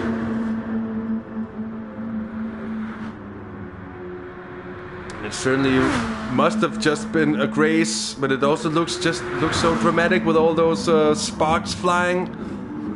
Oh, this time it's the Flash up the inside of cross 24 through turn 1. Let's see. Yet again, the outside proves to be the stronger through turn 1. Cross 24. Actually, cross 24 getting the better of the Flash this time around. And was it yet another sketchy moment? That is a very good question indeed. So cross 24 for Black Rose Racing, leading the Flash in the Red Bull GTR, but by a tenth of a second or so. It is as close as any race finale I've ever seen. Here these two have to pass the GT300 leader of CJ, and they managed to do so safely indeed. Back in behind NASCAR fan, NASCAR fan certainly pulled out a big lead on GT Racer, but it hasn't really worked out well enough, at least, to be able to catch up completely to the two leaders.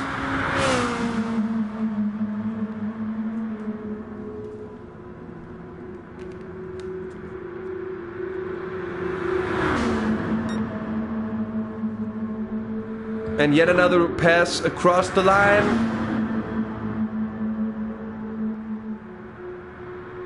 Three laps of racing now to go. 3 laps of racing, 3 laps of dueling left for these two. Oh, as the Flash gets a little twitchy. And the cross... I need to get that right. Cross 24. Retakes the lead. Let's see what happened to Flash. They're on board.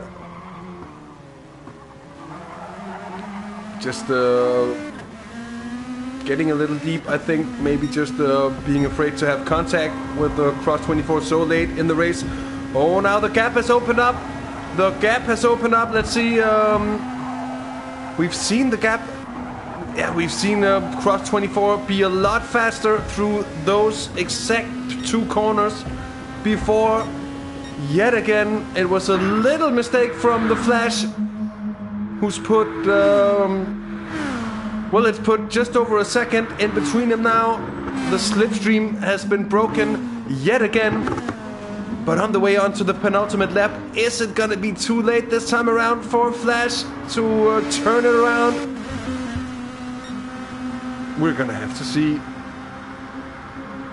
Seems to have gotten a very good exit though from the final corner, and already eating into the slipstream yet again. And that's even with some aid to cross his car.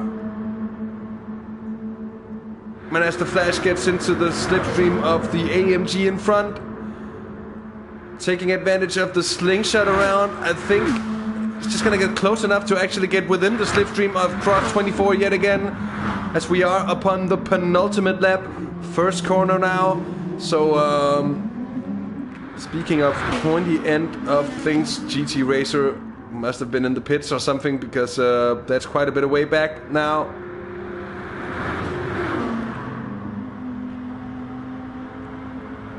Angel, 5th in class, not having had the luckiest of races. CJ's car somehow managing to go around with no tires on, with no wheels on even. It's a hover car. It's some kind of maglev, maybe.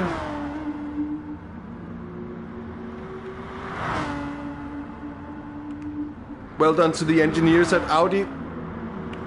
No doubt it's so fast on the straights. Can't be a lot of rolling resistance in that design. Now let's go back to this 500 lead battle as Cross 24 is entering that final straight, the start-finish straight. And those two cars are gonna cross the line for, well, they're gonna go out on the final lap just about now. It's not gonna cross pitting in. What is that Cross 24 having underfueled? What bit of drama on the way out to the final lap? And there was just nothing to do about it. Oh, should Cross have fuel saved? I cannot believe this. I just cannot believe this on the final lap. This is a little wilder than I could have imagined this finish to be. And the Flash, the Kiwi, is gonna be walking away with it. And I'm not sure that the Flash is even gonna be understanding with this situation. Oh my God, as Cross 24 loses it. Press F's, chat, to pay your respects for Cross 24, who's been in contention after having been on pole position, then binning it, first lap, first corner, picking up damage, fighting through the pack to get back to that lead battle, only to find out that there was one lap of fuel too little in the car. Oh, that is certainly poor luck. If ever I've seen it before, NASCAR fan must be cheering as well. Picking up second spot where it seemed not very plausible at all. Here it's gonna be checkered flag gonna be taken for the Kiwi, for the Flash 05 in the Nissan GTR, the Red Bull GTR. And it didn't really look like it. It was close for so long, and in the end, heartbreak for Cross 24. A big victory for the Flash. NASCAR fan takes second. There it is. Third place for Cross 24. It's going to be fourth for GT Racer in the 500s. I'm ending up finishing half a minute down on race winner. So still relatively close. Angel had a tough race. And in the 300s, it's gonna be a mad victory for a mad Greek indeed, as CJ takes first. So for 2 races in a row in the GT 300 class, we have had a last to first challenge being completed actually, as Noir Antares this time around manages only, I say that in quotation marks because it has been a strong performance in the end anyways. Antares manages to take second position.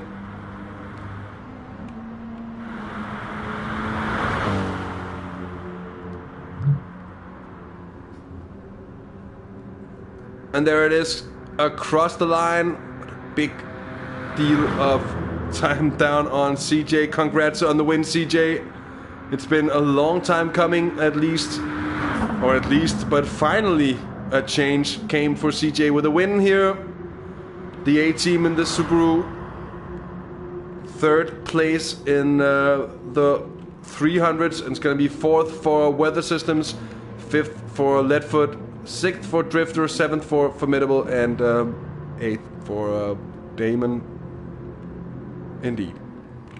And that means we had 2 disconnects, 2 retirees. That was the Swedish Flash Sweden, and then of course Street King as well.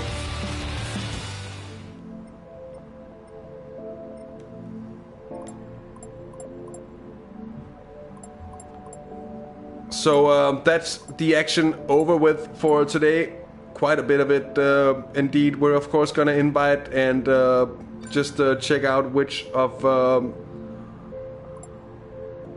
the lead drivers be up for a bit of a press conference.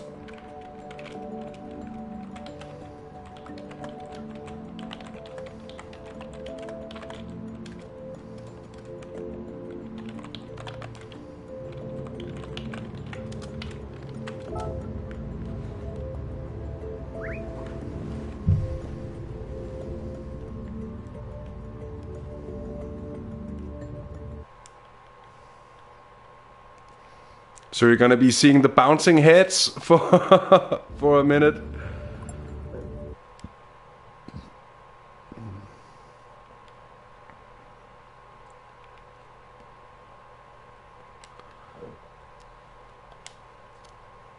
And out are gonna go the invites.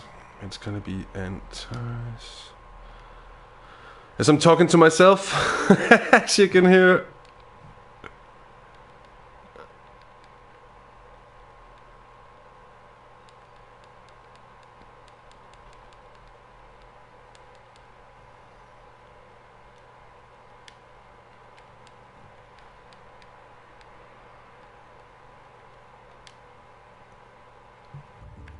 So that was 2. Just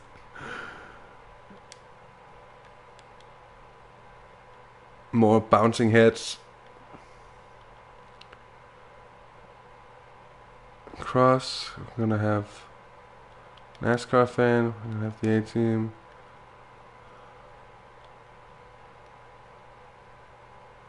CJ. Noir. Huh?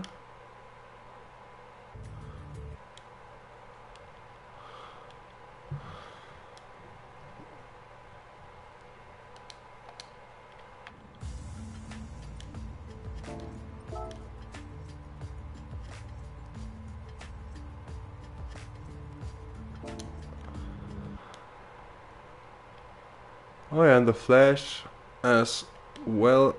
I think it's the only invite we need to send out.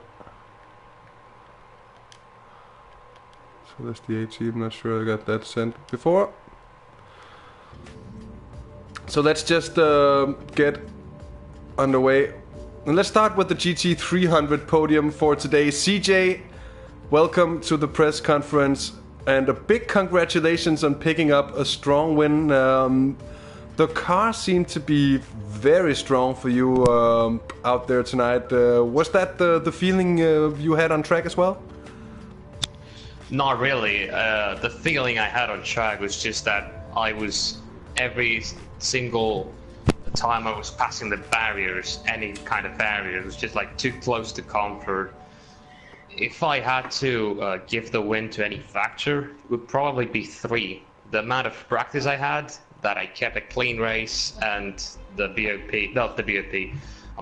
the pace exchange, which I was expecting a much closer race before the update, which kind of ruined everything. It wasn't a dull race, as racing on this track is really fun.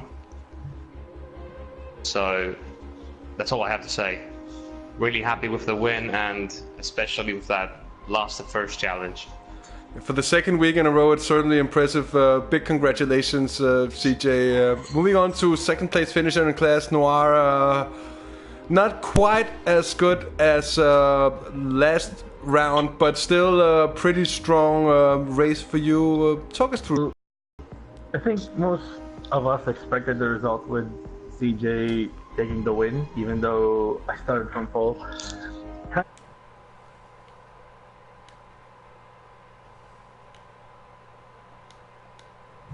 Third, and when the GT500 first went to pass us, like one of them, I think it was Cross, like made a move down the inside. I wasn't expecting it, like I was unsighted, so I ended up hitting the wall, getting damaged.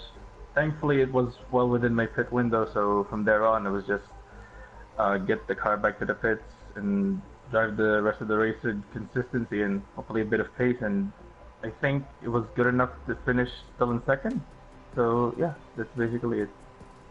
Well, nice going at least to keep the consistency after bad luck. And of course, it is all about, or at least when racing on tracks like these, and I've had this situation myself when racing here, with multi-class races, luck plays a big part, because for the most part, it isn't about if you have an accident, but when you have the accident, and then that timing becomes everything. But anyways, congratulations on second place.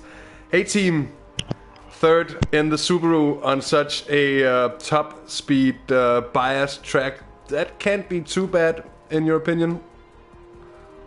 No, it was certainly difficult in my opinion. The car didn't want to turn at all when it was set up for top speed, and adding downforce added more drag than downforce, it seemed. So I just ran the race as best I could. I got no damage during the race, but I screwed up my pit strategy a little bit and took a little more fuel than I should have, so I ended up dropping the spot to Noir, but I'll take third again. That's not too bad. Oh, so those 2.5 seconds on, I mean, you could have saved those 2.5 seconds basically, and it could have been a battle to the line between you. Yes, I took about 5 liters too much, or 5 laps too much. Oh, well, that's at least better than what Cross 24 managed with 1 lap too little, I guess, in the end. But anyway, congratulations to our GT300 podium, and then moving on to the big class, the 500s, the Kiwi Flash, a victory after a well, let's put it mildly, a hectic race at the front of affairs in the 500 class. Talk us through it.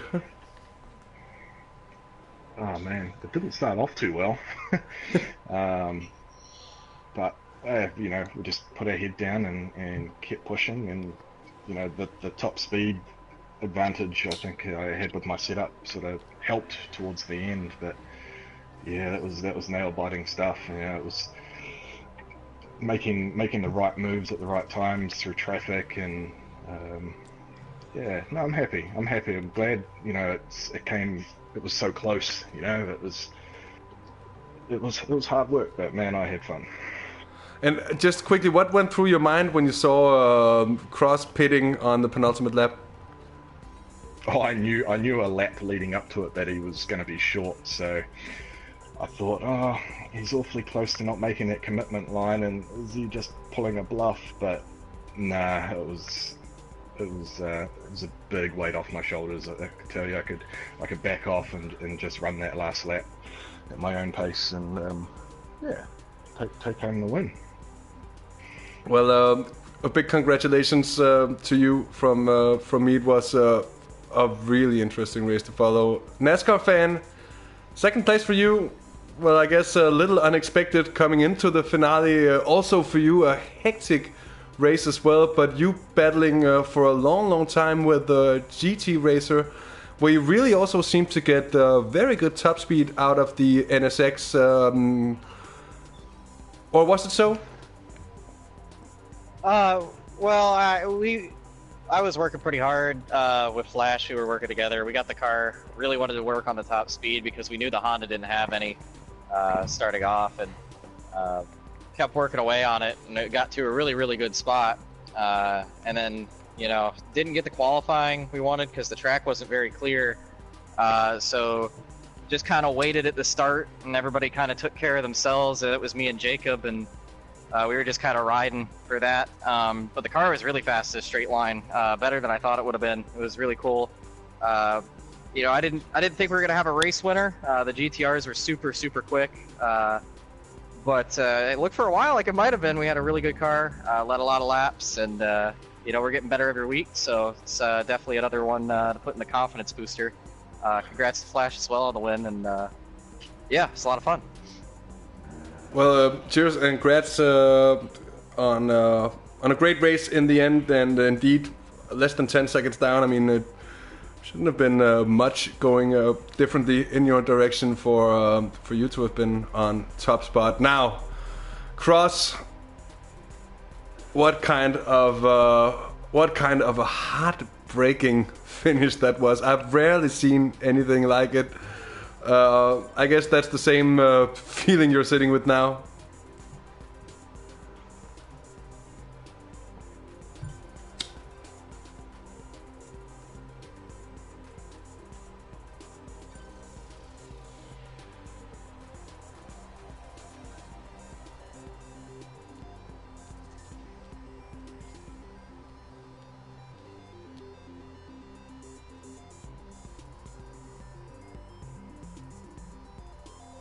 Yeah, we'll say.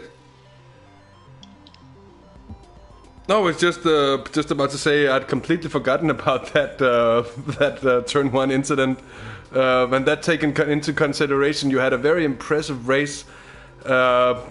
Say for because I suppose that you brimmed the tank on that early stop after the damage.